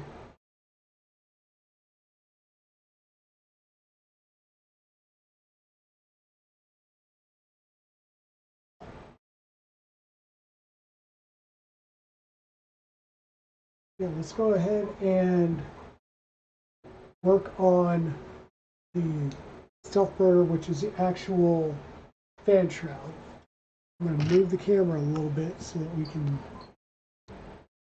see what we're working on better down here. Do a little cleanup, just get some things out of the way. And I don't mind soldering. I don't mind crimping, but eyes are getting older, things are getting smaller, and time becomes more valuable. So this is the stealth burner LEDs. This is the cool white, or the cooler RGBs. First, on the Red Dragon that I have behind me here. So on Red Dragon and on the Voron V0, as you can see how bright that LED is on the bed. Those are the standard LEDs. I decided to go with the cool white ones on these to see if it looks a little bit better. These wiring kits are made by Lenio, and I sourced these from KB3D is where I source these from. Okay, but we will look at the kit on how it's wired. So this will go to the right, this will go to the left, this one becomes the center. Guess it helps if I switch back over here. Okay, so we have the connector here. We kind of pull that to the top. This one will go to the right, this one will go to the left, and this one will be the center piece, which will have the diffuser added to it. Now the nice thing is we will start off just getting our diffuser ready.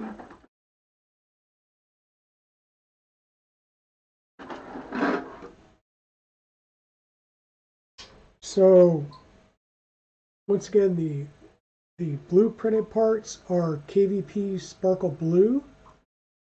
This diffuser was printed in Clear PET G. I believe it was an old roll of Matter Hackers Clear PET G, and it was printed using the 100% infill high temp thing to try and make it as transparent as possible. There's been some YouTube videos on it, one that was done by CNC Kitchen, which is where I first saw it. So the diffuser, it only goes in one way. Just have to figure out which direction it goes in. Like that. Make sure it clicks all the way in. If not, you will have some issues. And if you need to clean it up, either one of the printed parts, now's the best time to do that.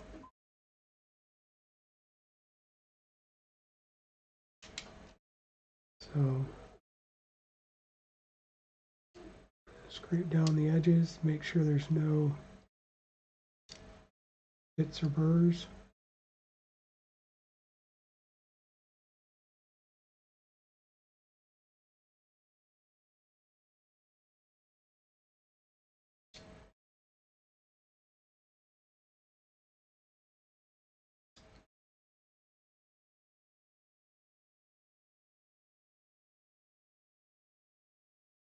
So Zombie, how did your stream go last night?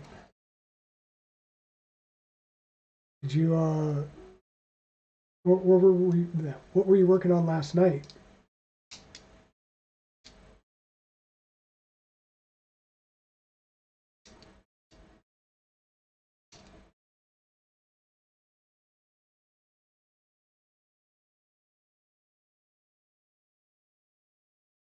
Hey, Free Heathen, how are you doing today?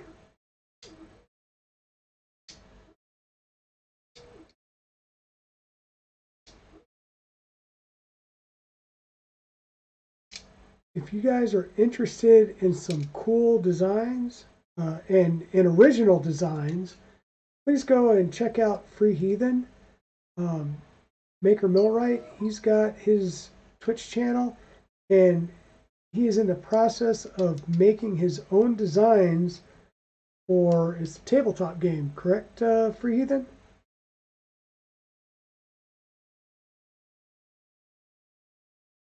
He's got some really, really cool prints and designs that you can go and get on things.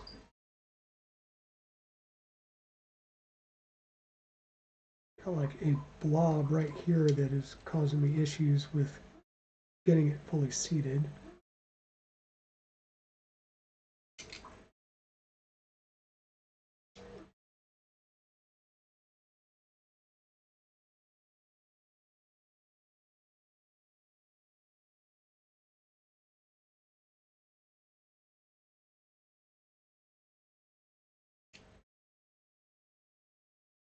You were building the Rook to tear down?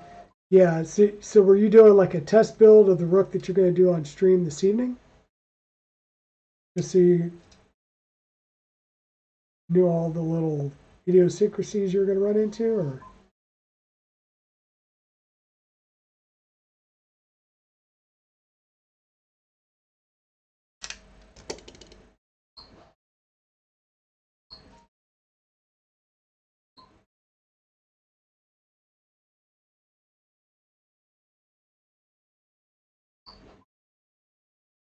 I have to get the snippy snips out to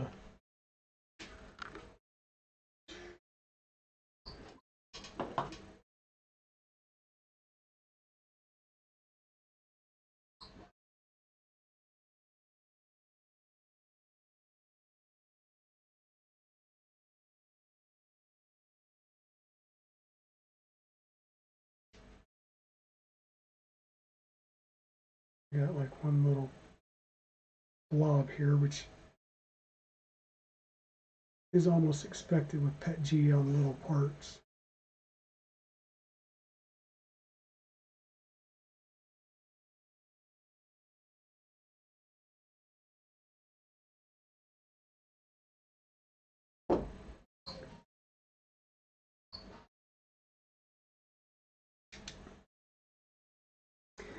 Yeah, I know I tend to try and get like the heat set inserts done and stuff like that before the stream, just because I mean that's kind of boring.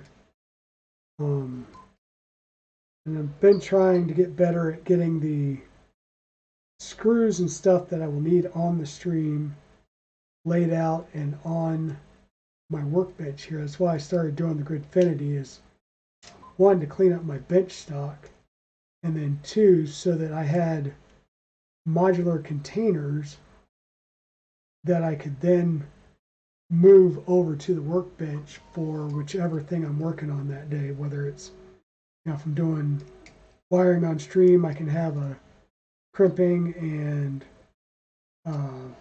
soldering station set up. if I'm doing builds, I can try and have the screws that I'm going to need, you know, off the bench, off the main bench, and over here on the workbench for the stream.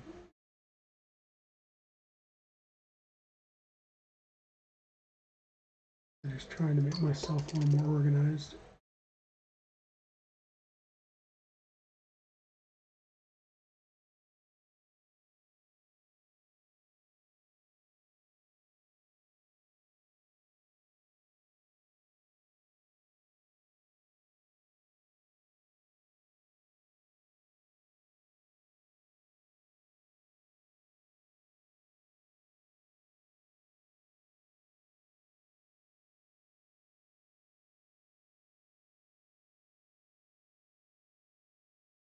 And a little bit better.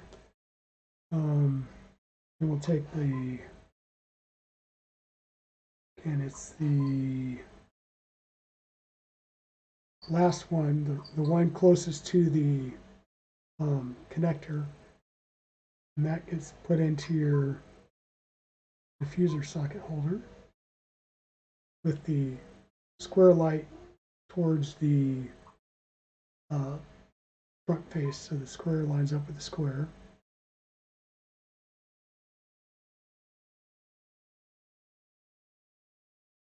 And it should look just like that when you're done.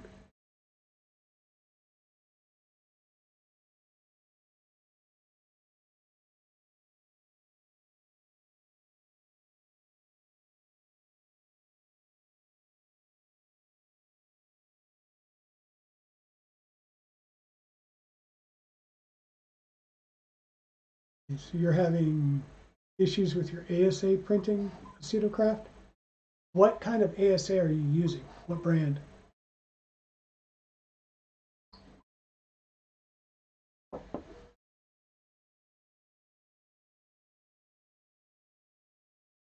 Okay, we're going to take the last one in the chain, and it's going to go on the right side, and the RGB light is going to be facing towards you.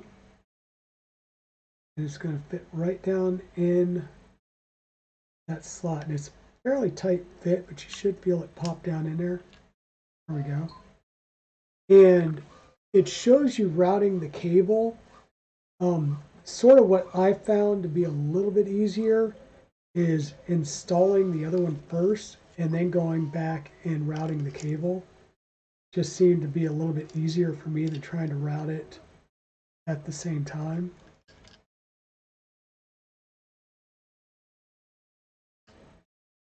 There's our two LEDs. Okay, it's Polymaker ASA. I have some Polymaker ASA, but I have not printed with it yet. I've done ESUN ABS, Filament 1 ASA, KVP ABS. Like I said, I have some of the Polymaker, but I haven't printed with it. So interesting to see what you come up with there, Zombie.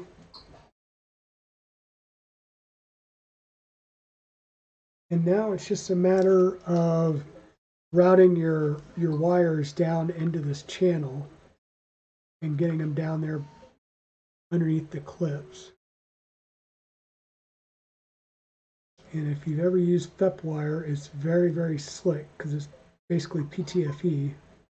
And so it's fun trying to get tiny wires through little channels and then to stay there.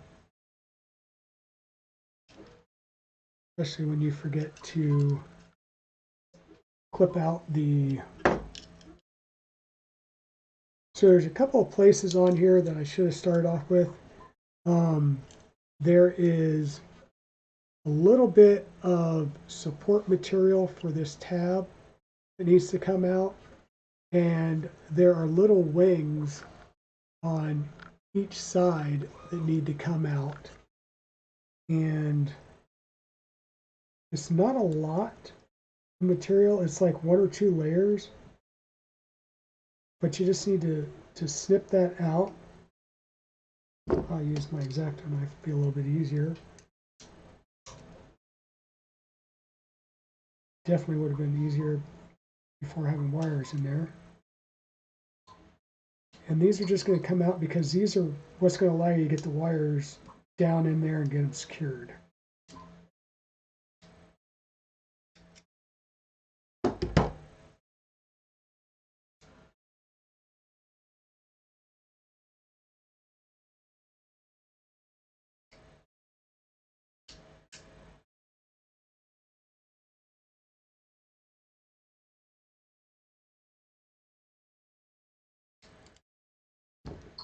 I'm just working it through slowly, taking my time, making sure my blade is away from me and away from the wires as much as possible.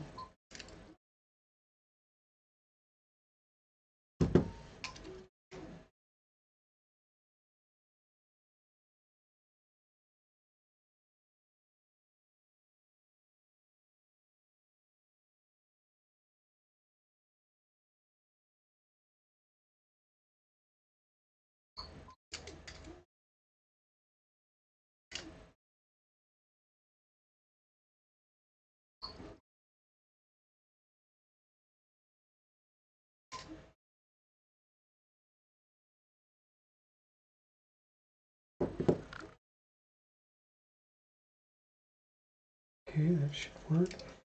And there's one last one right here. Once again, we're just going to cut down on each side. And these are just little bridges to help the print hold together. Now we can get down in here and start getting our wires laid in there nicer.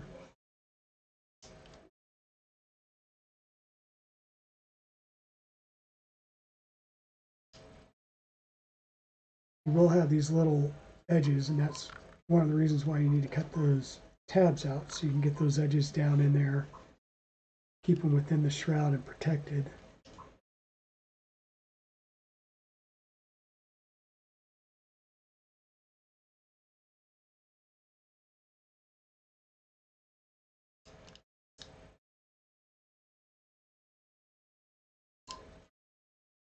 And then your other wire is going to start working its way up to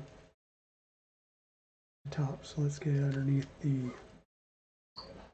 wing on the side here.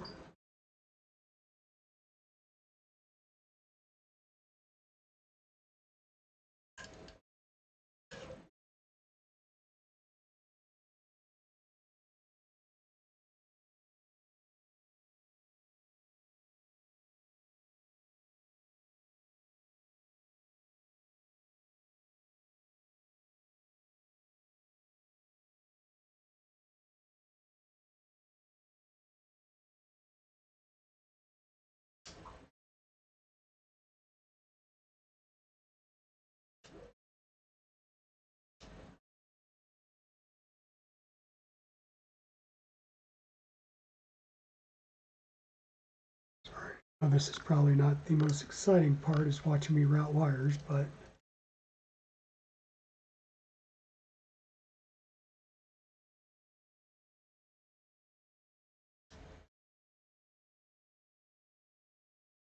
okay, Westry, be good, be safe while you're out there.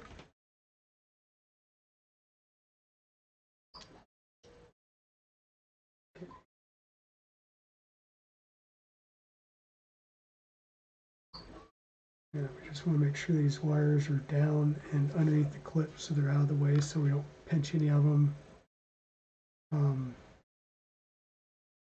we get in, when we start to mount the shroud.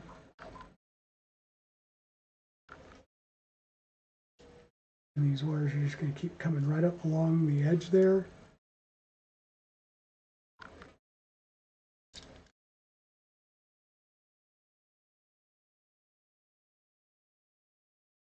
Found another clip.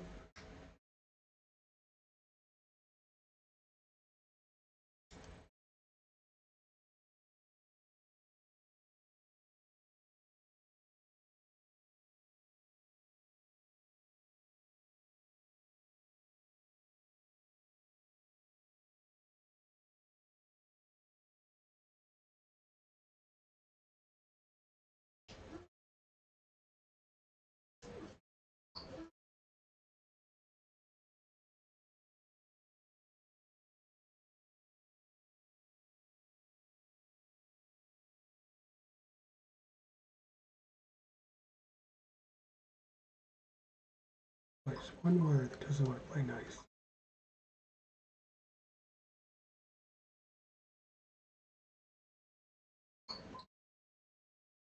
There we go. So we made sure that that wire is routed down through this channel here and around that clip.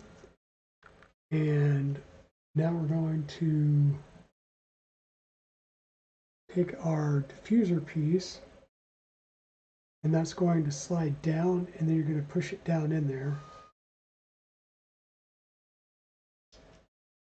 into that little cavity there. You might have to get something in there just to help you push down the back edge.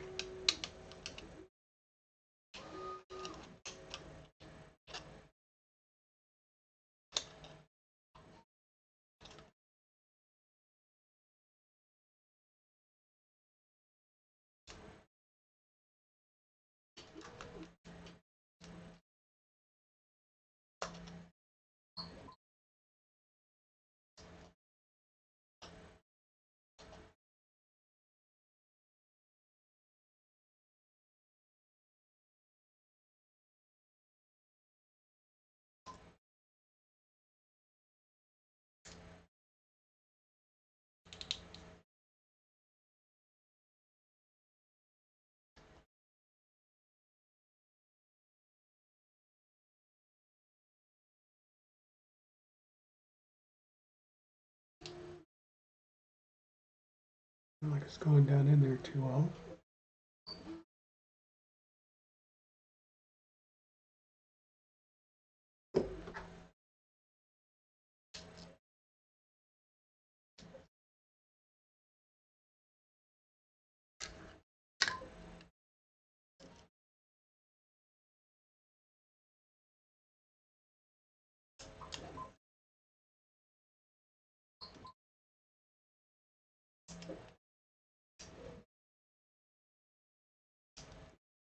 Let me see if I got a little burr in here or something.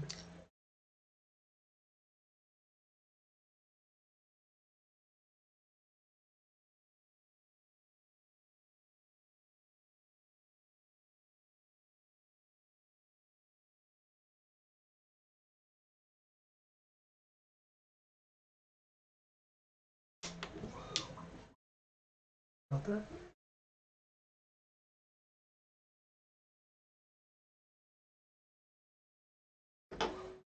Yeah, so trying to get, this is the one fiddly part I found, is trying to get this to get in there and drop down nicely so that you're not, I'll say, like jamming, trying to jam the LED in there and possibly breaking the LED.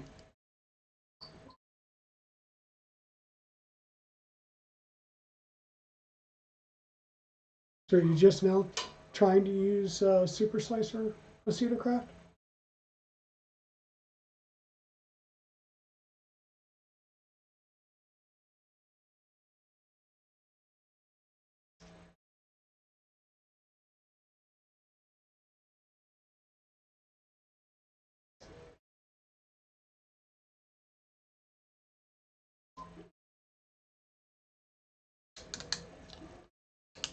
There we go.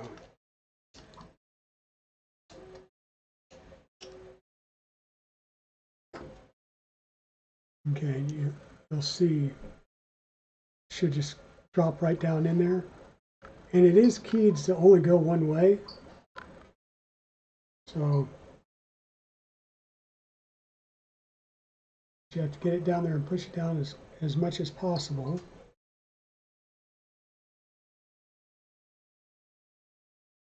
And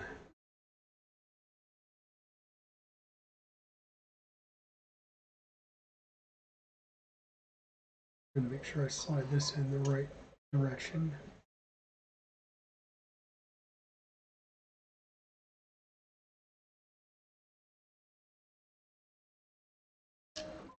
So on this one,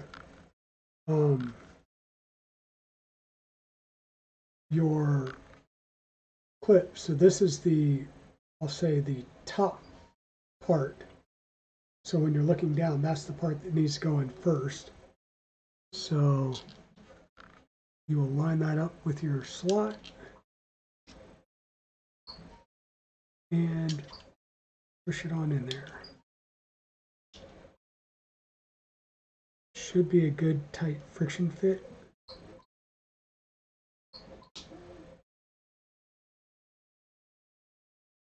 Just gotta make sure that you get it pushed all the way in there.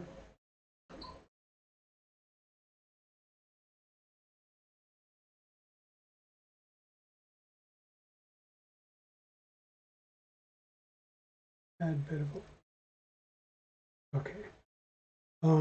And what you're trying to do is make sure that where your parts meet right here, that it is smooth, that you don't have a lip there. There's just a sliver of a lip there on the one side. And that's just to make sure that you can get your fan in there appropriately.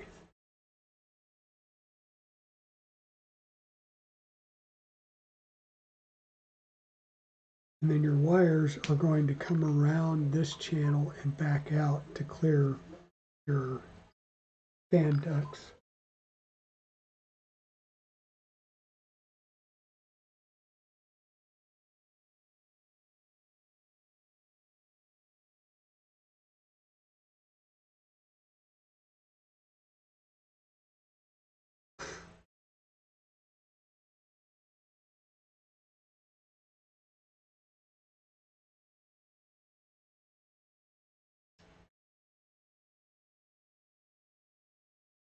So, Zombie, what slicer do you use normally? Are you using Super Slicer, Prusa Slicer, Cura?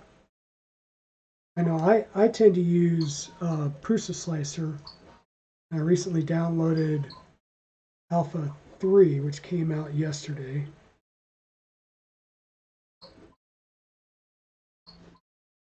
So I've been playing with that, which is 2.60 Alpha 3.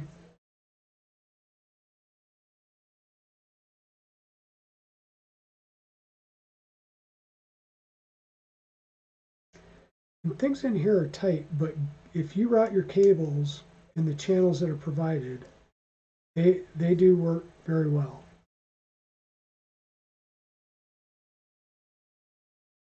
Okay.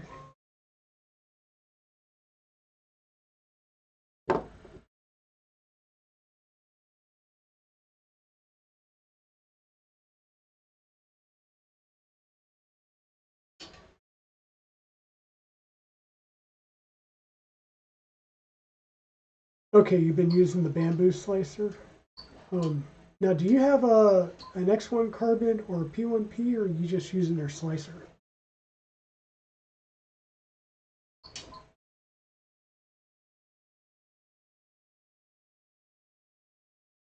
Yeah, Super Slicer is nice because it gives you, like, every feature is exposed, even more so than the advanced or expert on Super Slicer, or excuse me, on Prusa Slicer.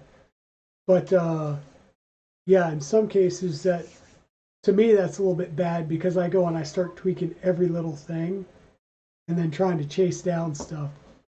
You know, printing issues can be even more frustrating.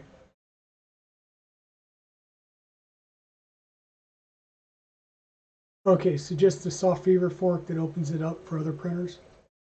Okay. Okay, so we have this done. We have it routed appropriately. Get rid of all the support structures. And now we're going to add in our fan. So this uses a 4020 for the part, excuse me, a 4010 for the hot end cooling, and a 5015 blower for the part cooling. And the direction of the fan or the air needs to be coming up so it can go back to cool. So normally your fans, if I can, will have the arrow on them. It's kind of hard to see here, but there's arrows that show in which direction the air is flowing. The other thing to note is it pretty much always flows towards the label on the axial fans. And so when you go to put this in, you want the wires to be coming out at the top of the fan. That's just going to make routing the wires easier. And your top, you'll notice that these wings kind of have a little bit of a compression fit, and that's what we're going to play with, use to our advantage here. So you're going to put the fan down with the label facing up and the wires towards the top. You're going to set the top edge in and then kind of at an angle there, and then just push the bottom down, and it should push those clips out of the way and lock it in place. You should hear a satisfying snap. And then with your wires, it's the same thing, same routing path up around the edge that you did with your LED lights.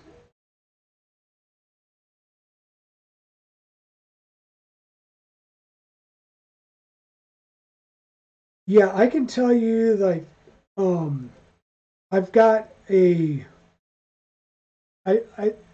a modified eSun ABS profile on Super Slicer, or excuse me, not Super Slicer, on Pressure Slicer for my V1, but I use it. It's the same. I use the same PIF settings for the print settings, and then the filament settings were modified eSun ABS settings that I've tweaked, and I use that for all of my ABS or ASE as the starting point. If I need to do some changes for my ASA or an ABS filament, I'll tweak that slightly, but I try and keep that same print setting for most of them. It tends to work well.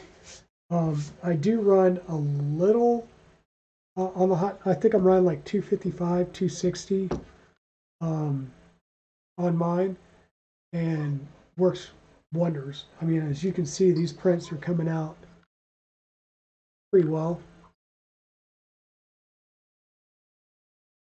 and everything's been spot on as far as fitment goes. I haven't had anything, yeah, I'll chase holes out just to make it easier to get the screws in, but beyond that, it's pretty easy. Okay, next up is the 5015 fan, and this is where we get to, I'll say, start murdering a fan here. So on your 5015 blower fan, you're going to start by taking the top cover off, and kind of a little locking tab type of design on that fan, so you just have to get underneath one. If you break that tab, don't worry about it, because you're going to be sanding some stuff down anyhow.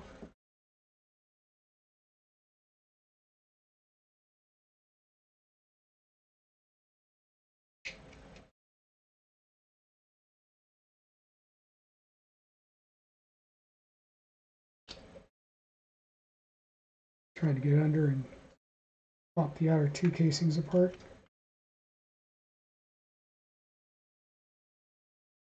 Here we go.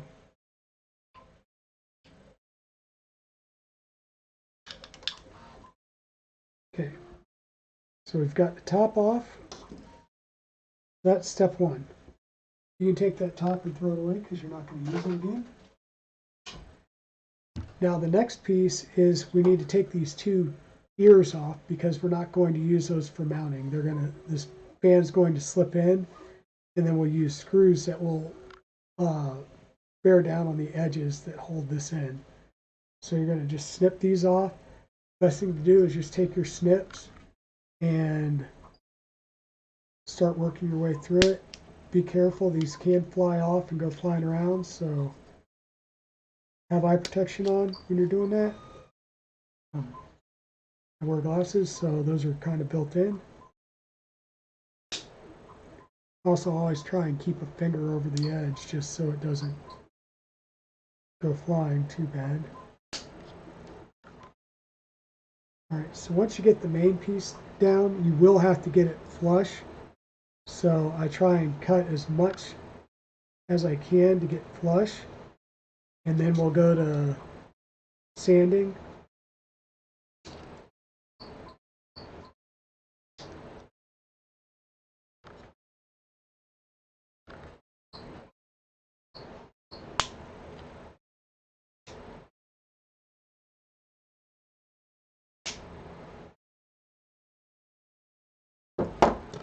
Okay, so I got as much as I can, just kind of flopped off in bulk there. Now I'm going to take a slight intermission because there's a good amount of bulk on that still to take down, a little bit more than just using a standard file. So I'm going to put you on a little intermission here while I run downstairs and use a more aggressive file to get it close, and it should just be a minute or two. Well, actually, I might be able to get that a little bit more. Let me see. If I can get a little closer, then we'll keep going. If not, then, oh, there we go. Oh, that might be enough right there. Yeah.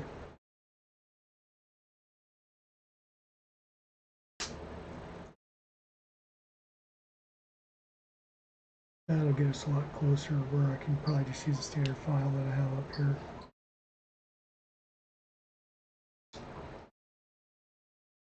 I try not to keep my Dremels and stuff like that up here, just because I know me and this is my regular office for work and stuff, so I will make a mess and find dust and debris everywhere.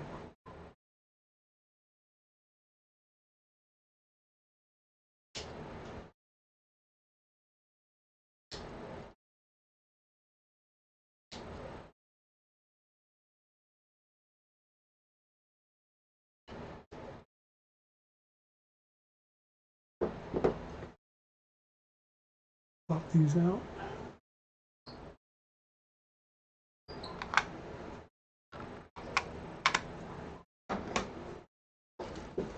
Alright, we'll just clean this up.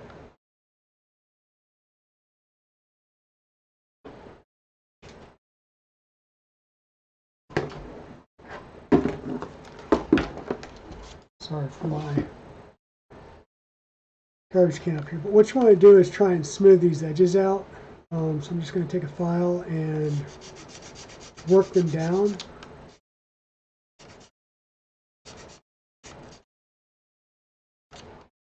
And on these fans, you want to be careful of pressing on them too much. They are somewhat balanced. If you knock them off balance, they will make more noise than they should.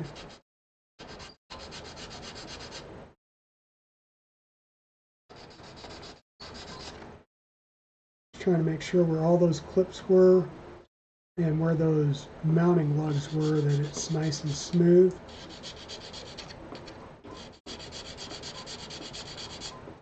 Because that'll make installing it easier.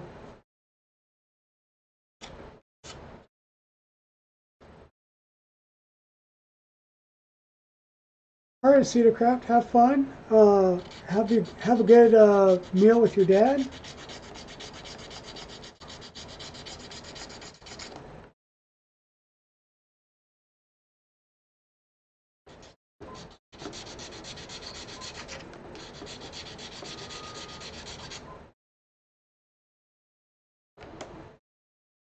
And also, when you do the one side, be careful of the wires. If you want, you can go ahead and pull them back so that they're out of the way.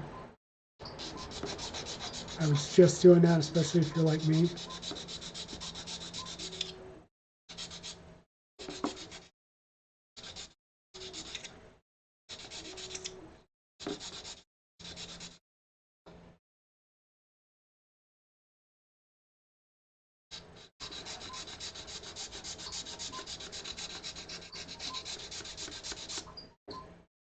So are you doing anything special on your Rook out of the gate, or are you going to build it basically just like the, I know you said you had a few mods, but are you going to do like the Rookery and, because that looks like a pretty cool hot end.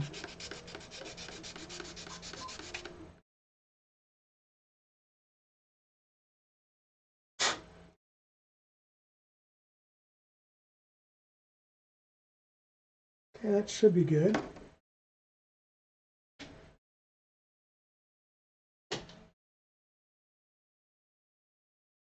Okay. And the way this mounts, I mean, if you look at the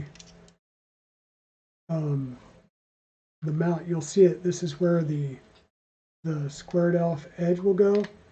And you're just going to set that edge in, and it should fit. Once again, on the left side here, this is a spring clamp to hold tension on it. So if you kind of get it in an angle and push it over, it'll drop down in there. Should drop down in there nicely.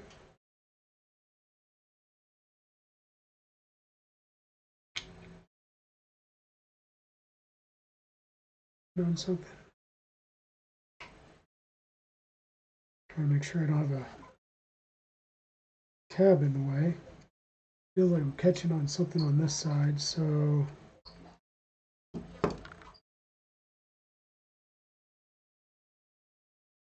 shouldn't be in the way.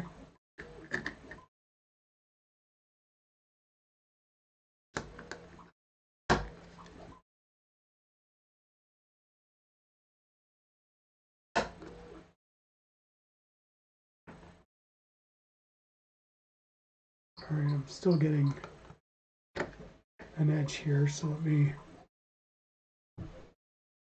file that just a bit more.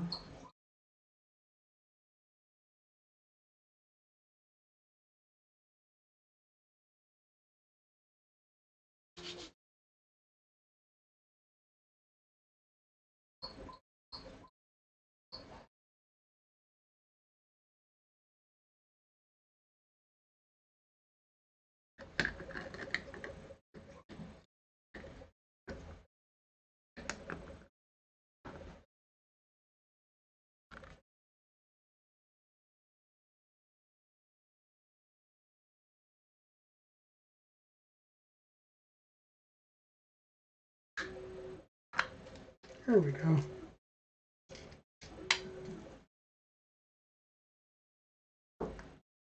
And just like that. These are 24-volt fans, by the way. They are Winson fans, dual ball bearing fans. So we should be good to go there. Should be relatively quiet with no issues. I tend to prefer the ball bearing fans.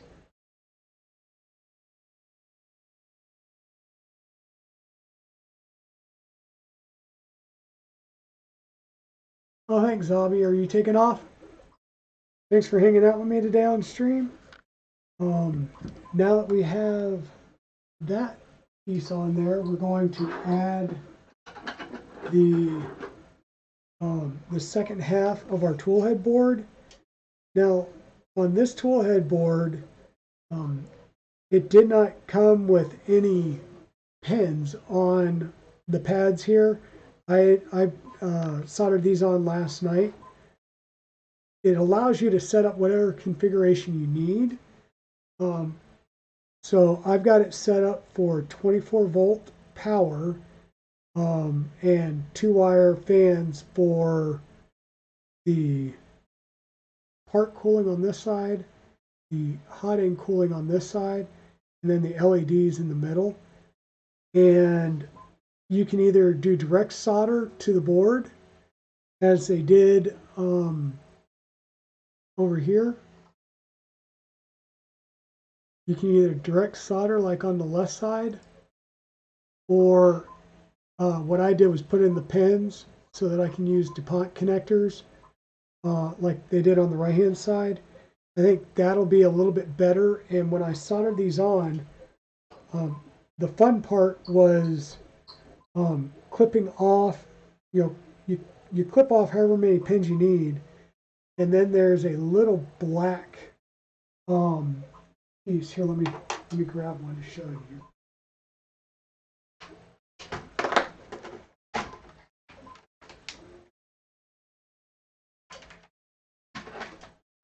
So the black piece on the edge here is what's designed to go up against the board.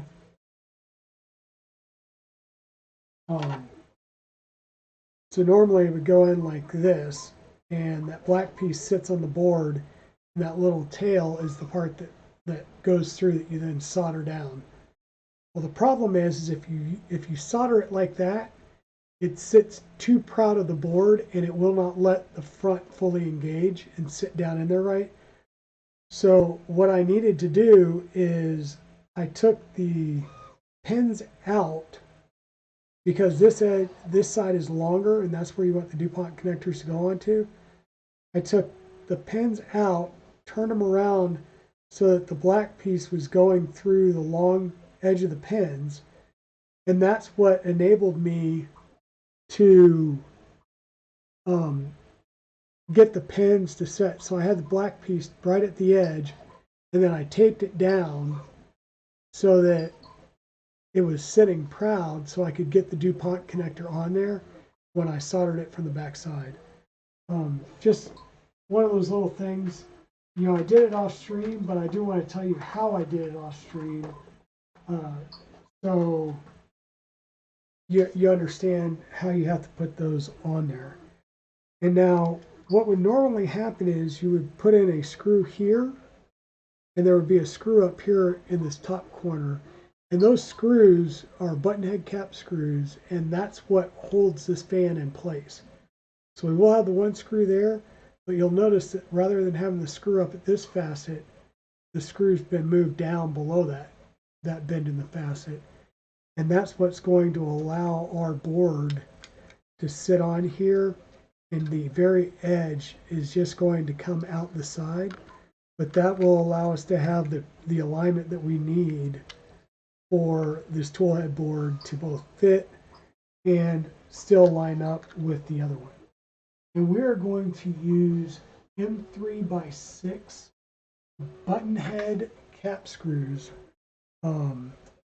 for this, and that because that way we have the shorter heads that will allow us to get the fan shroud mounted tightly to the front of our extruder and not have it sitting proud.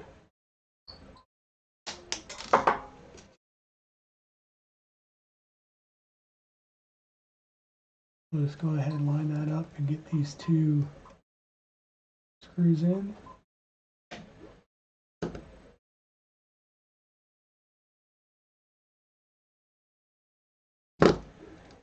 One of the things I want to do is, this is my hot end fan, and so that's going to mount over here with the tail coming in this way. So I'm actually going to run that one underneath the board. My LEDs are going to come in the same way, so I actually want to run those wires flat underneath the board. I'll take that back off.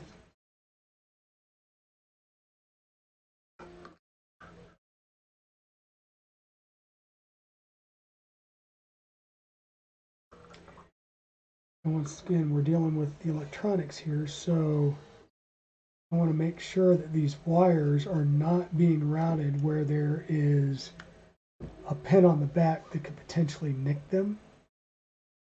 So I want to make sure that they're routing as flat as possible, and that they're going under the part where there isn't a pin that could potentially fray or nick the wire. And then get the other screw put in.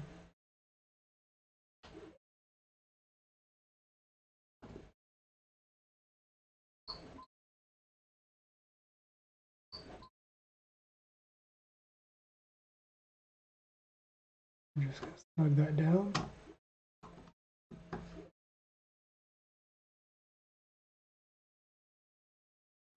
Okay, and these are threading directly into plastic, so you don't want to like really crank down on them. But that's what we're looking like right now. We just took these wires, continued them up right between these soldered pin connectors so that they were out of the way. They weren't going to be abrading on the backs of the pins. And what we'll be able to do is take our wires here, and the pins are 24 volt and ground. So if you look, if I tried to put this in just like that, which one, it won't fit. I'm going to have to cut these off, put DuPonts on. But I need to make sure that when I put those DuPonts on, that I do the pins in the right order so I don't have an issue down the road. And I want to give myself some room so that I can try and lay these wires down in there as tight as possible and still have the room that I need to do my DuPont connectors. And there is, you know, a decent amount of room up in the top portion of this behind the fan to route some wires. I mean, you see in the pictures of the screen there when they did their wiring job, just how much room they had for those wires. So there's plenty of room in there. Hey, Pete Salas, how are you doing today? Sorry, I just noticed you came in and said hi. And face down.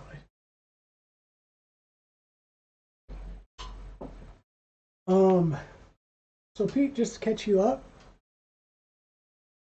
we did go through and redo our carriage. We have run our belts. I'll move you up here for a bit. We did get our carriage on here. We do have our end stop. That would be these two wires here. And we have our probe mounted in here. I realized on the stream on Tuesday that I had the wrong carriage pieces printed out. It was for a different mod that actually would have the end stop on the left hand side versus the right. So I got the right parts printed out. We got those installed. We got the end stop mounted. And we have our probe wires mounted. They are long for right now. I left them long. We got our belts run. They're not really tension. They're just in there with a little bit of tension just to make sure that we can get them routed and that they're lined up. We had to replace the T-nuts on the screws closest to the the uprights with hammerhead nuts because we couldn't get them close enough, and it was messing with our belt pass. So we did get those lined up. That one, for whatever reason, is loose. Let me go ahead and get that tightened up. We went ahead and adjusted our pulleys a little bit to make sure that they had proper alignment, and then we started on our tool head. We did get our LGX light installed along with the tool board. Excuse me.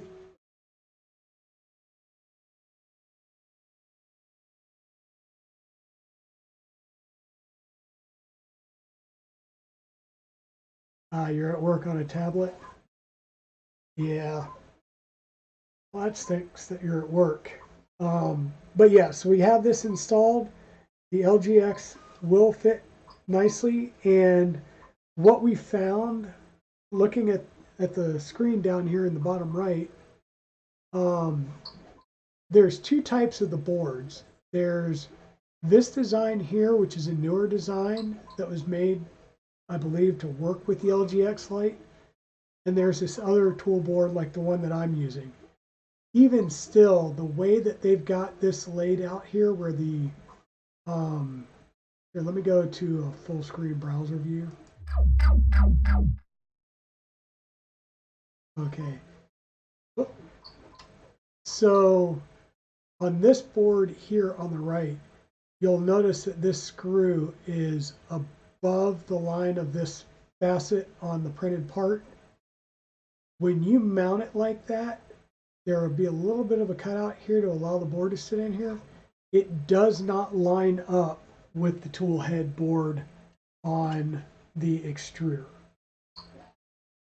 I tried it multiple times. It wasn't fitting. I was losing my mind. And what I found, which is not intuitive in any way, shape, or form, is there's a folder up here that says option without LGX Lite fan PCB, which is the two board tool head boards. When you come in here, you will see that there is a full cutout there, and that will allow the board to stick out from the fan shroud, and that is the only way that it will line up with the main part of the tool head board. Okay. And so this is what we had to do, and you'll notice that the screw hole, rather than being up here to the top of that facet, it's at the bottom of the facet. And that's what allows it to angle out and allows the pins on that board that connect with the other board to line up right. So that's what I wound up having to do. Okay. And we will go back to this one. And so now what we're going to do is we're going to work on our wires and getting them switched over and crimped for DuPont connectors and get them installed on the board. And the way that this is we've got 24 volt and then ground. So we're basically setting this up so that it'll fold right over on itself and go right in. And then we'll do the same thing over on the LED board. I will have to switch it from this connector because the spacing's different, get it into DuPonts, and we'll do that one as well. And then we'll do the other fan board for the other, the port cooling fan. And then that will allow us to then put our shroud together. But we've got our LEDs mounted and the wires run up here. We've got our main LED with the diffuser in. We've got a 4010 fan for the hot end cooling, and then the 5015 that's been pulled apart for the front of it. And that's how we're looking right now. So that gets you all caught up. So what I'm going to do is separate these two wires a little bit. Bring you back down here.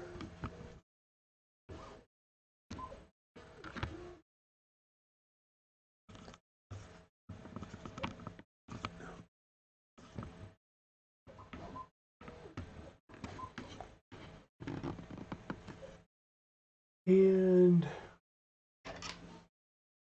wire strippers.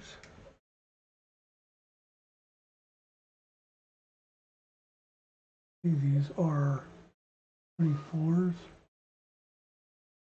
And DuPont's just like anything else. You don't need to have a huge amount stripped, just a little bit.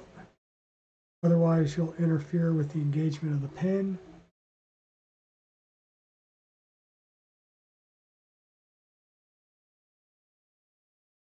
Expose just a little bit.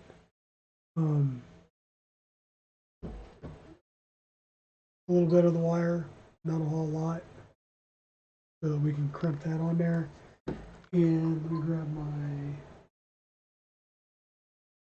my pop pins.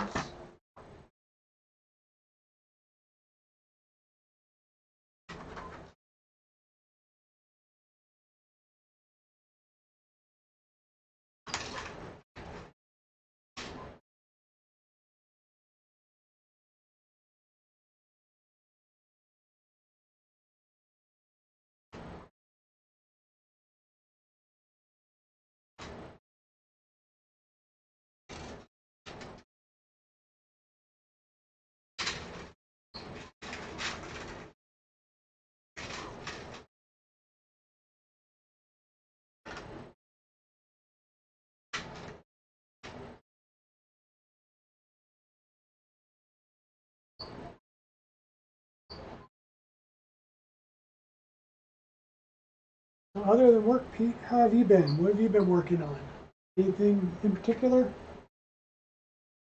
I know Westerly One's in lurk mode as she's going around. I think she may be doing some projects. I believe Zombies taking off to work on a few things. Or maybe that all right, cheers and good luck was for Cedacraft, who I believe was getting ready to head out.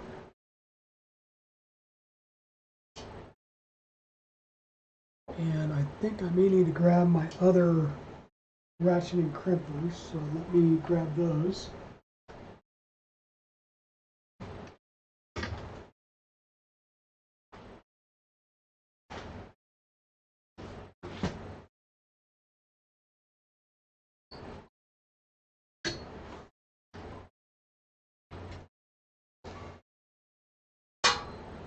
I've got a really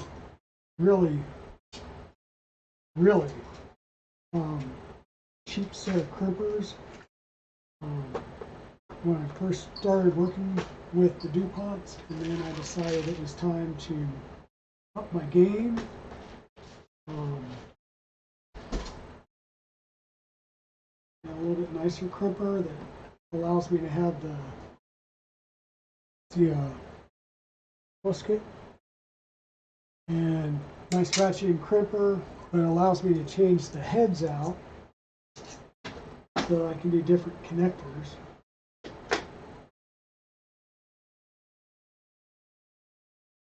Let me double check which ones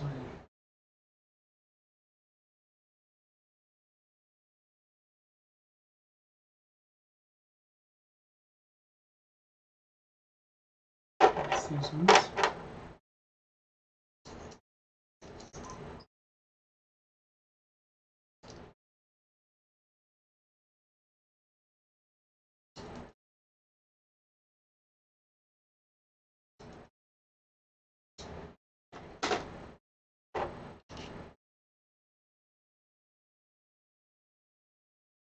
That's the nice thing about having a set of crimpers that you can adjust the jaws on, or get different jaws for, is you can get the different heads that'll work with it, that'll allow you to do a lot of different types and styles of crimps.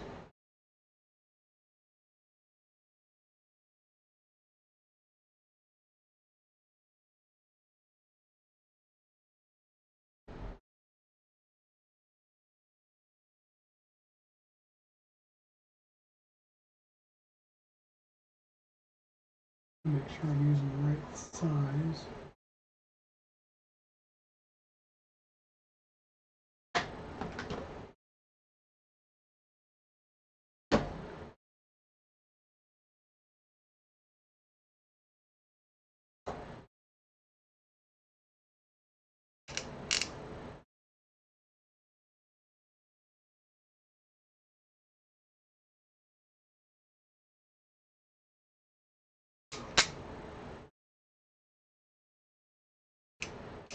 So there's for DuPonts, you've got one end, the end that the wire goes in, it actually will curl and cup from both sides. So you're going to cup the wire like that. But on the other side, you need it to be round. Otherwise, you will actually damage the wire itself.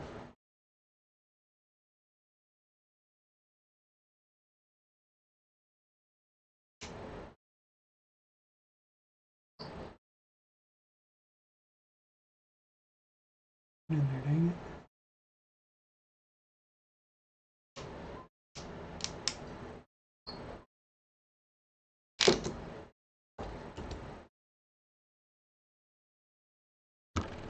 And you'll get a good solid crimp. So the front part will crimp over the wire that you left exposed. The other one goes over the jacket. And life is good. Or when you're doing JSTs, you're using your your PA09s, and you're basically having to do 2 crimps for each wire. 1 crimp to do the exposed wire, and then another to do the part around the sleeve. And then you're sitting here and you're trying to play with the wire, and you keep ratcheting down, and you toss the connector.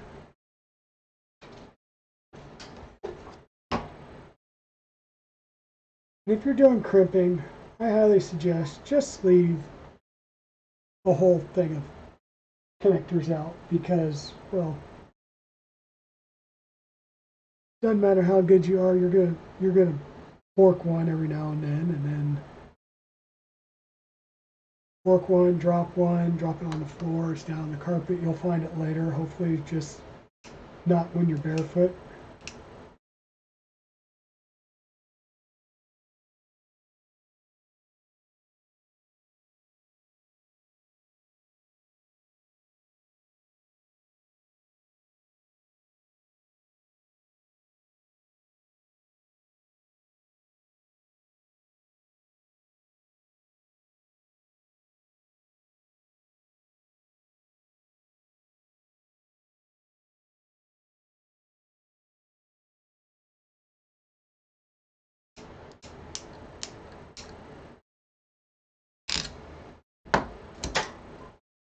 Okay, just give a little tug on it to make sure it tugs, doesn't come apart, and 1 good crimp down. 2. Then it's just taking the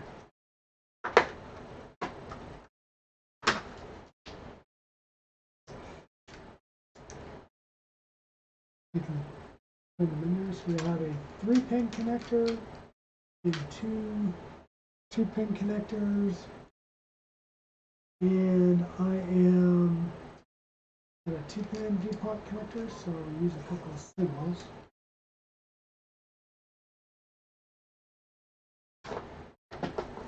And I will leave these pigtails sometimes because I can use them as butt splices, or if I'm cutting it real short like that, I'll just depin it and keep the plastic pieces and just throw them in the bench stock. Always good to have those extras. Okay, and sure I'm going in the right way.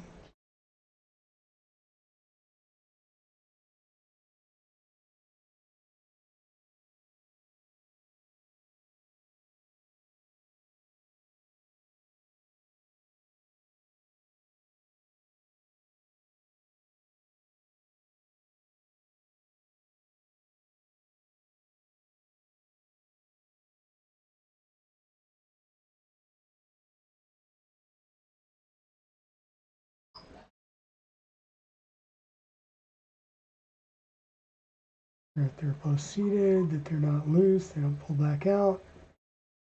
And we're going to take that, and like I said, we're just going to fold it and plug it in. Once again, with the red wire, the positive, the power wire being towards the big 8-pin. Just slide that on, and there's 1 connector. Now we'll just need to work on the other fan connector, and then we'll come back and we'll work on the LED last, because I'll need to grab the LDO documentation to make sure they've color coded the wire with some heat shrink. I just need to double check which one is which, so I can pin it correctly in the DuPont for connecting. And for this other one, it comes in from this side, so I may just wrap it all the way around and then bring it up with 24 volt on the outside edge. So we just got to remember that when we bring that one in. So just kind of looking at how much wire length we would need. Give it a snip. Again, we got another pigtail for something else later on, whatever we decide to use it for.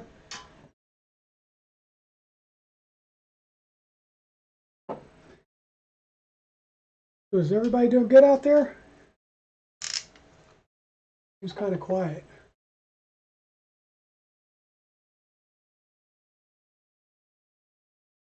I would say we're getting close to the end. We probably got another stream Tuesday night. We should have this done and we'll be able to start working on putting the cable chains on and routing the wires and getting the wiring done. I'm working on the electronics, a lot of under the hood, so to speak, work. So we probably have one, maybe two more streams to this. And then the hope will be that we can unbox and open up the Mars 2 Pro resin printer that my buddy Evil Diesel and his wife got for me. So I can start branching out and doing some other type of printing other than just FDM printing.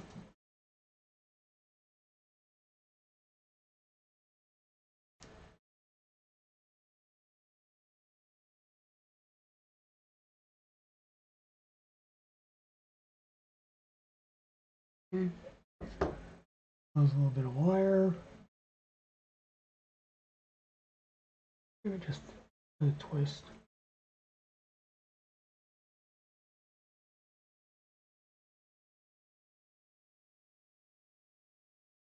So we'll be looking to work on the Mars 2 Pro, and we will have some more maintenance and upgrade streams in the future as well.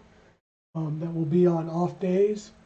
Probably not on the standard schedule because I want to keep the standard schedule on some of the projects we're working on right now, just so I can dedicate some time to getting some of the projects done. But you know, our maintenance streams will have another Crusoe Mark III bear that we're going to convert over to linear rails like we did on Purple Haze. So we'll get linear rails on that one, and we're having a weird electrical issue with that one too, so we'll get into the power supply and get that sorted. And then the standard Crucian Mark III that I have is running a Bondtech extruder. That one is also having an issue and just needs some basic maintenance. It's taken a thermal error on the bed, so it could just be a loose bed connector, or we may wind up needing to replace the thermistor on the bed for that one. So that'll get you some few things other than building a printer as far as day-to-day printer maintenance that we've got to go through. And I think I squeezed that one too much.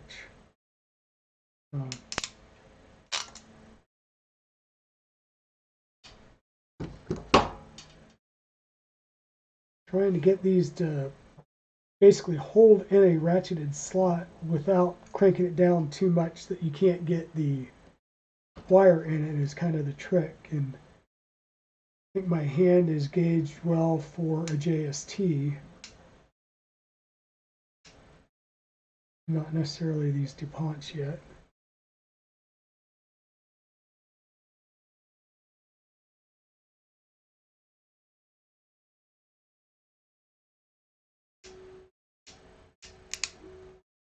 There we go.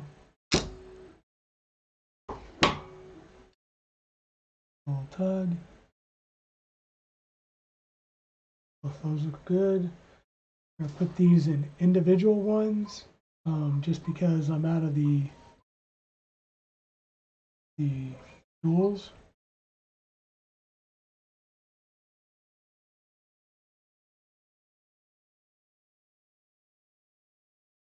One.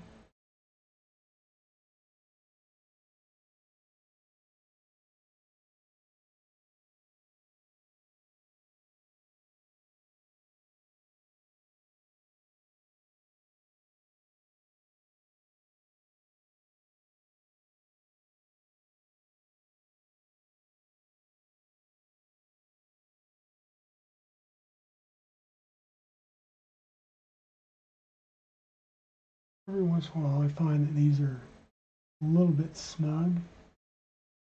I just need to go in and help them forward that last bit just so they lock in all the way.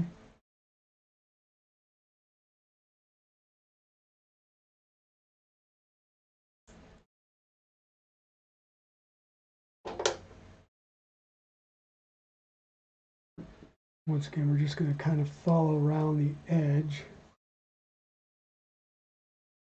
bring it back up. We'll go power,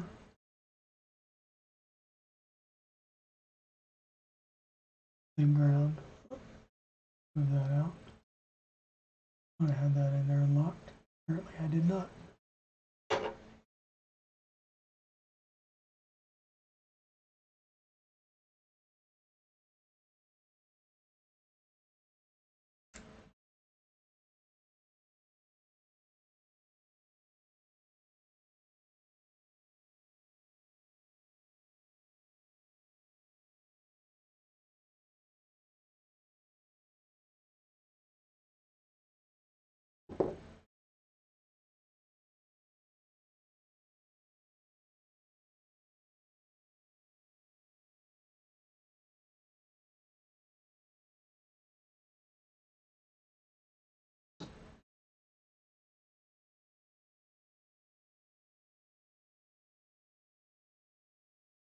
Okay.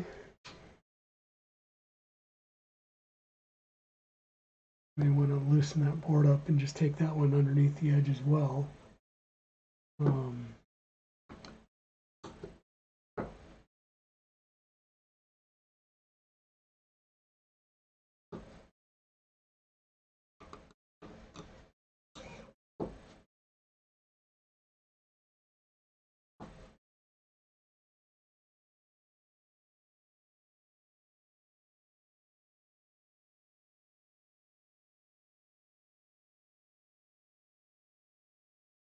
Around the edge, get it lined back up, make sure that these wires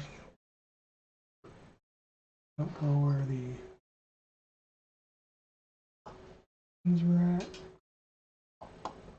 and lock it back down. This is kind of a little bit of the fiddly part, but to me it's a rewarding part, because if you get a good wiring job, things work well, and things are tidy, it gives it a nice look.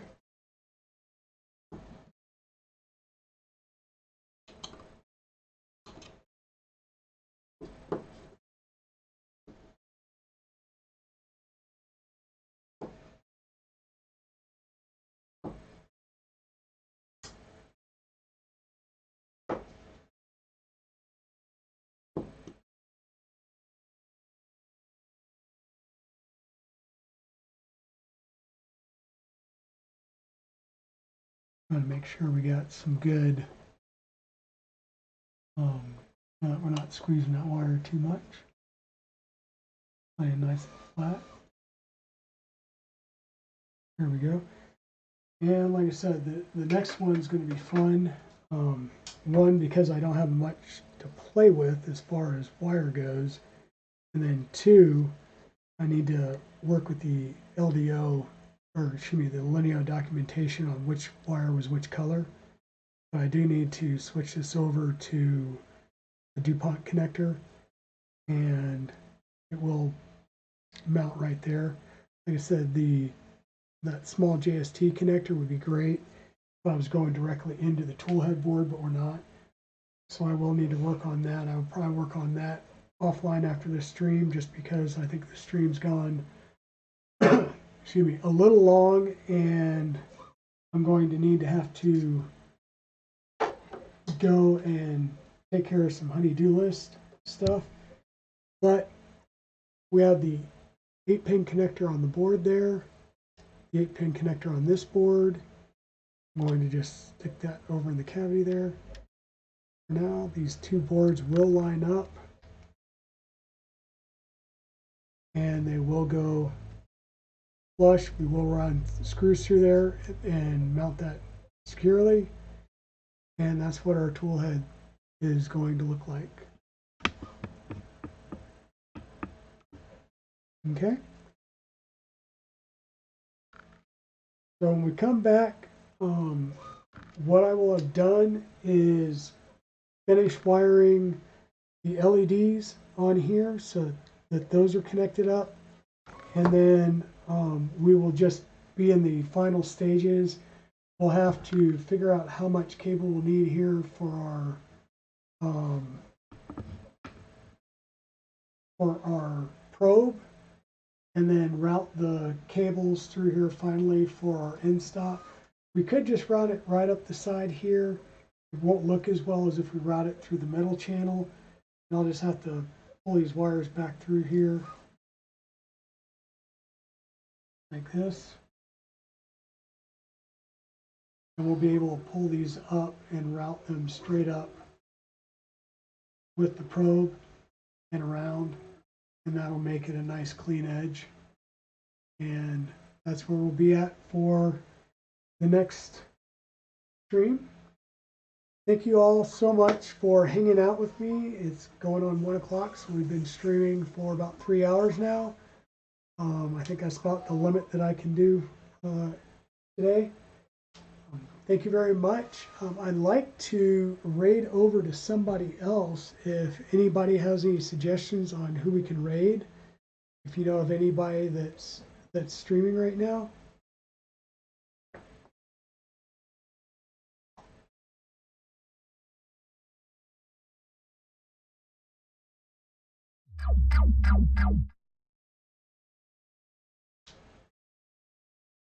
Okay.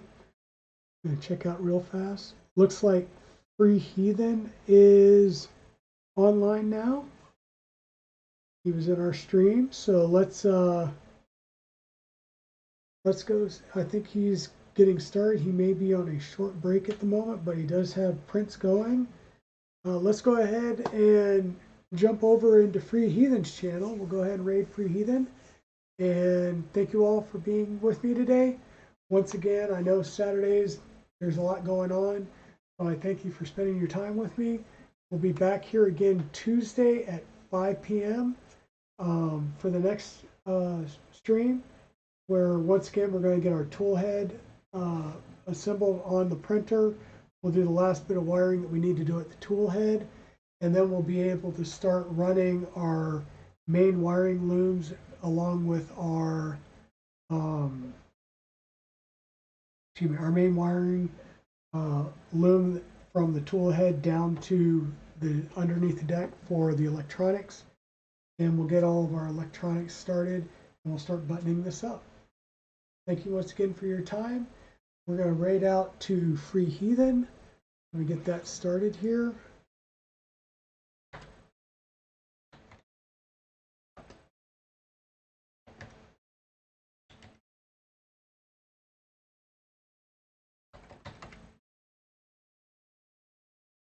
Thanks, Frank and B Gaming. Have a good one. Please, if you can, go with me to the raid. Check out Free Heathen. If you like him, what you see, give him a like and a follow. If not, like I said, please give him a try. Go back and give him another try. And if you like it, then follow him. If not, we will be here for you. Thank you very much.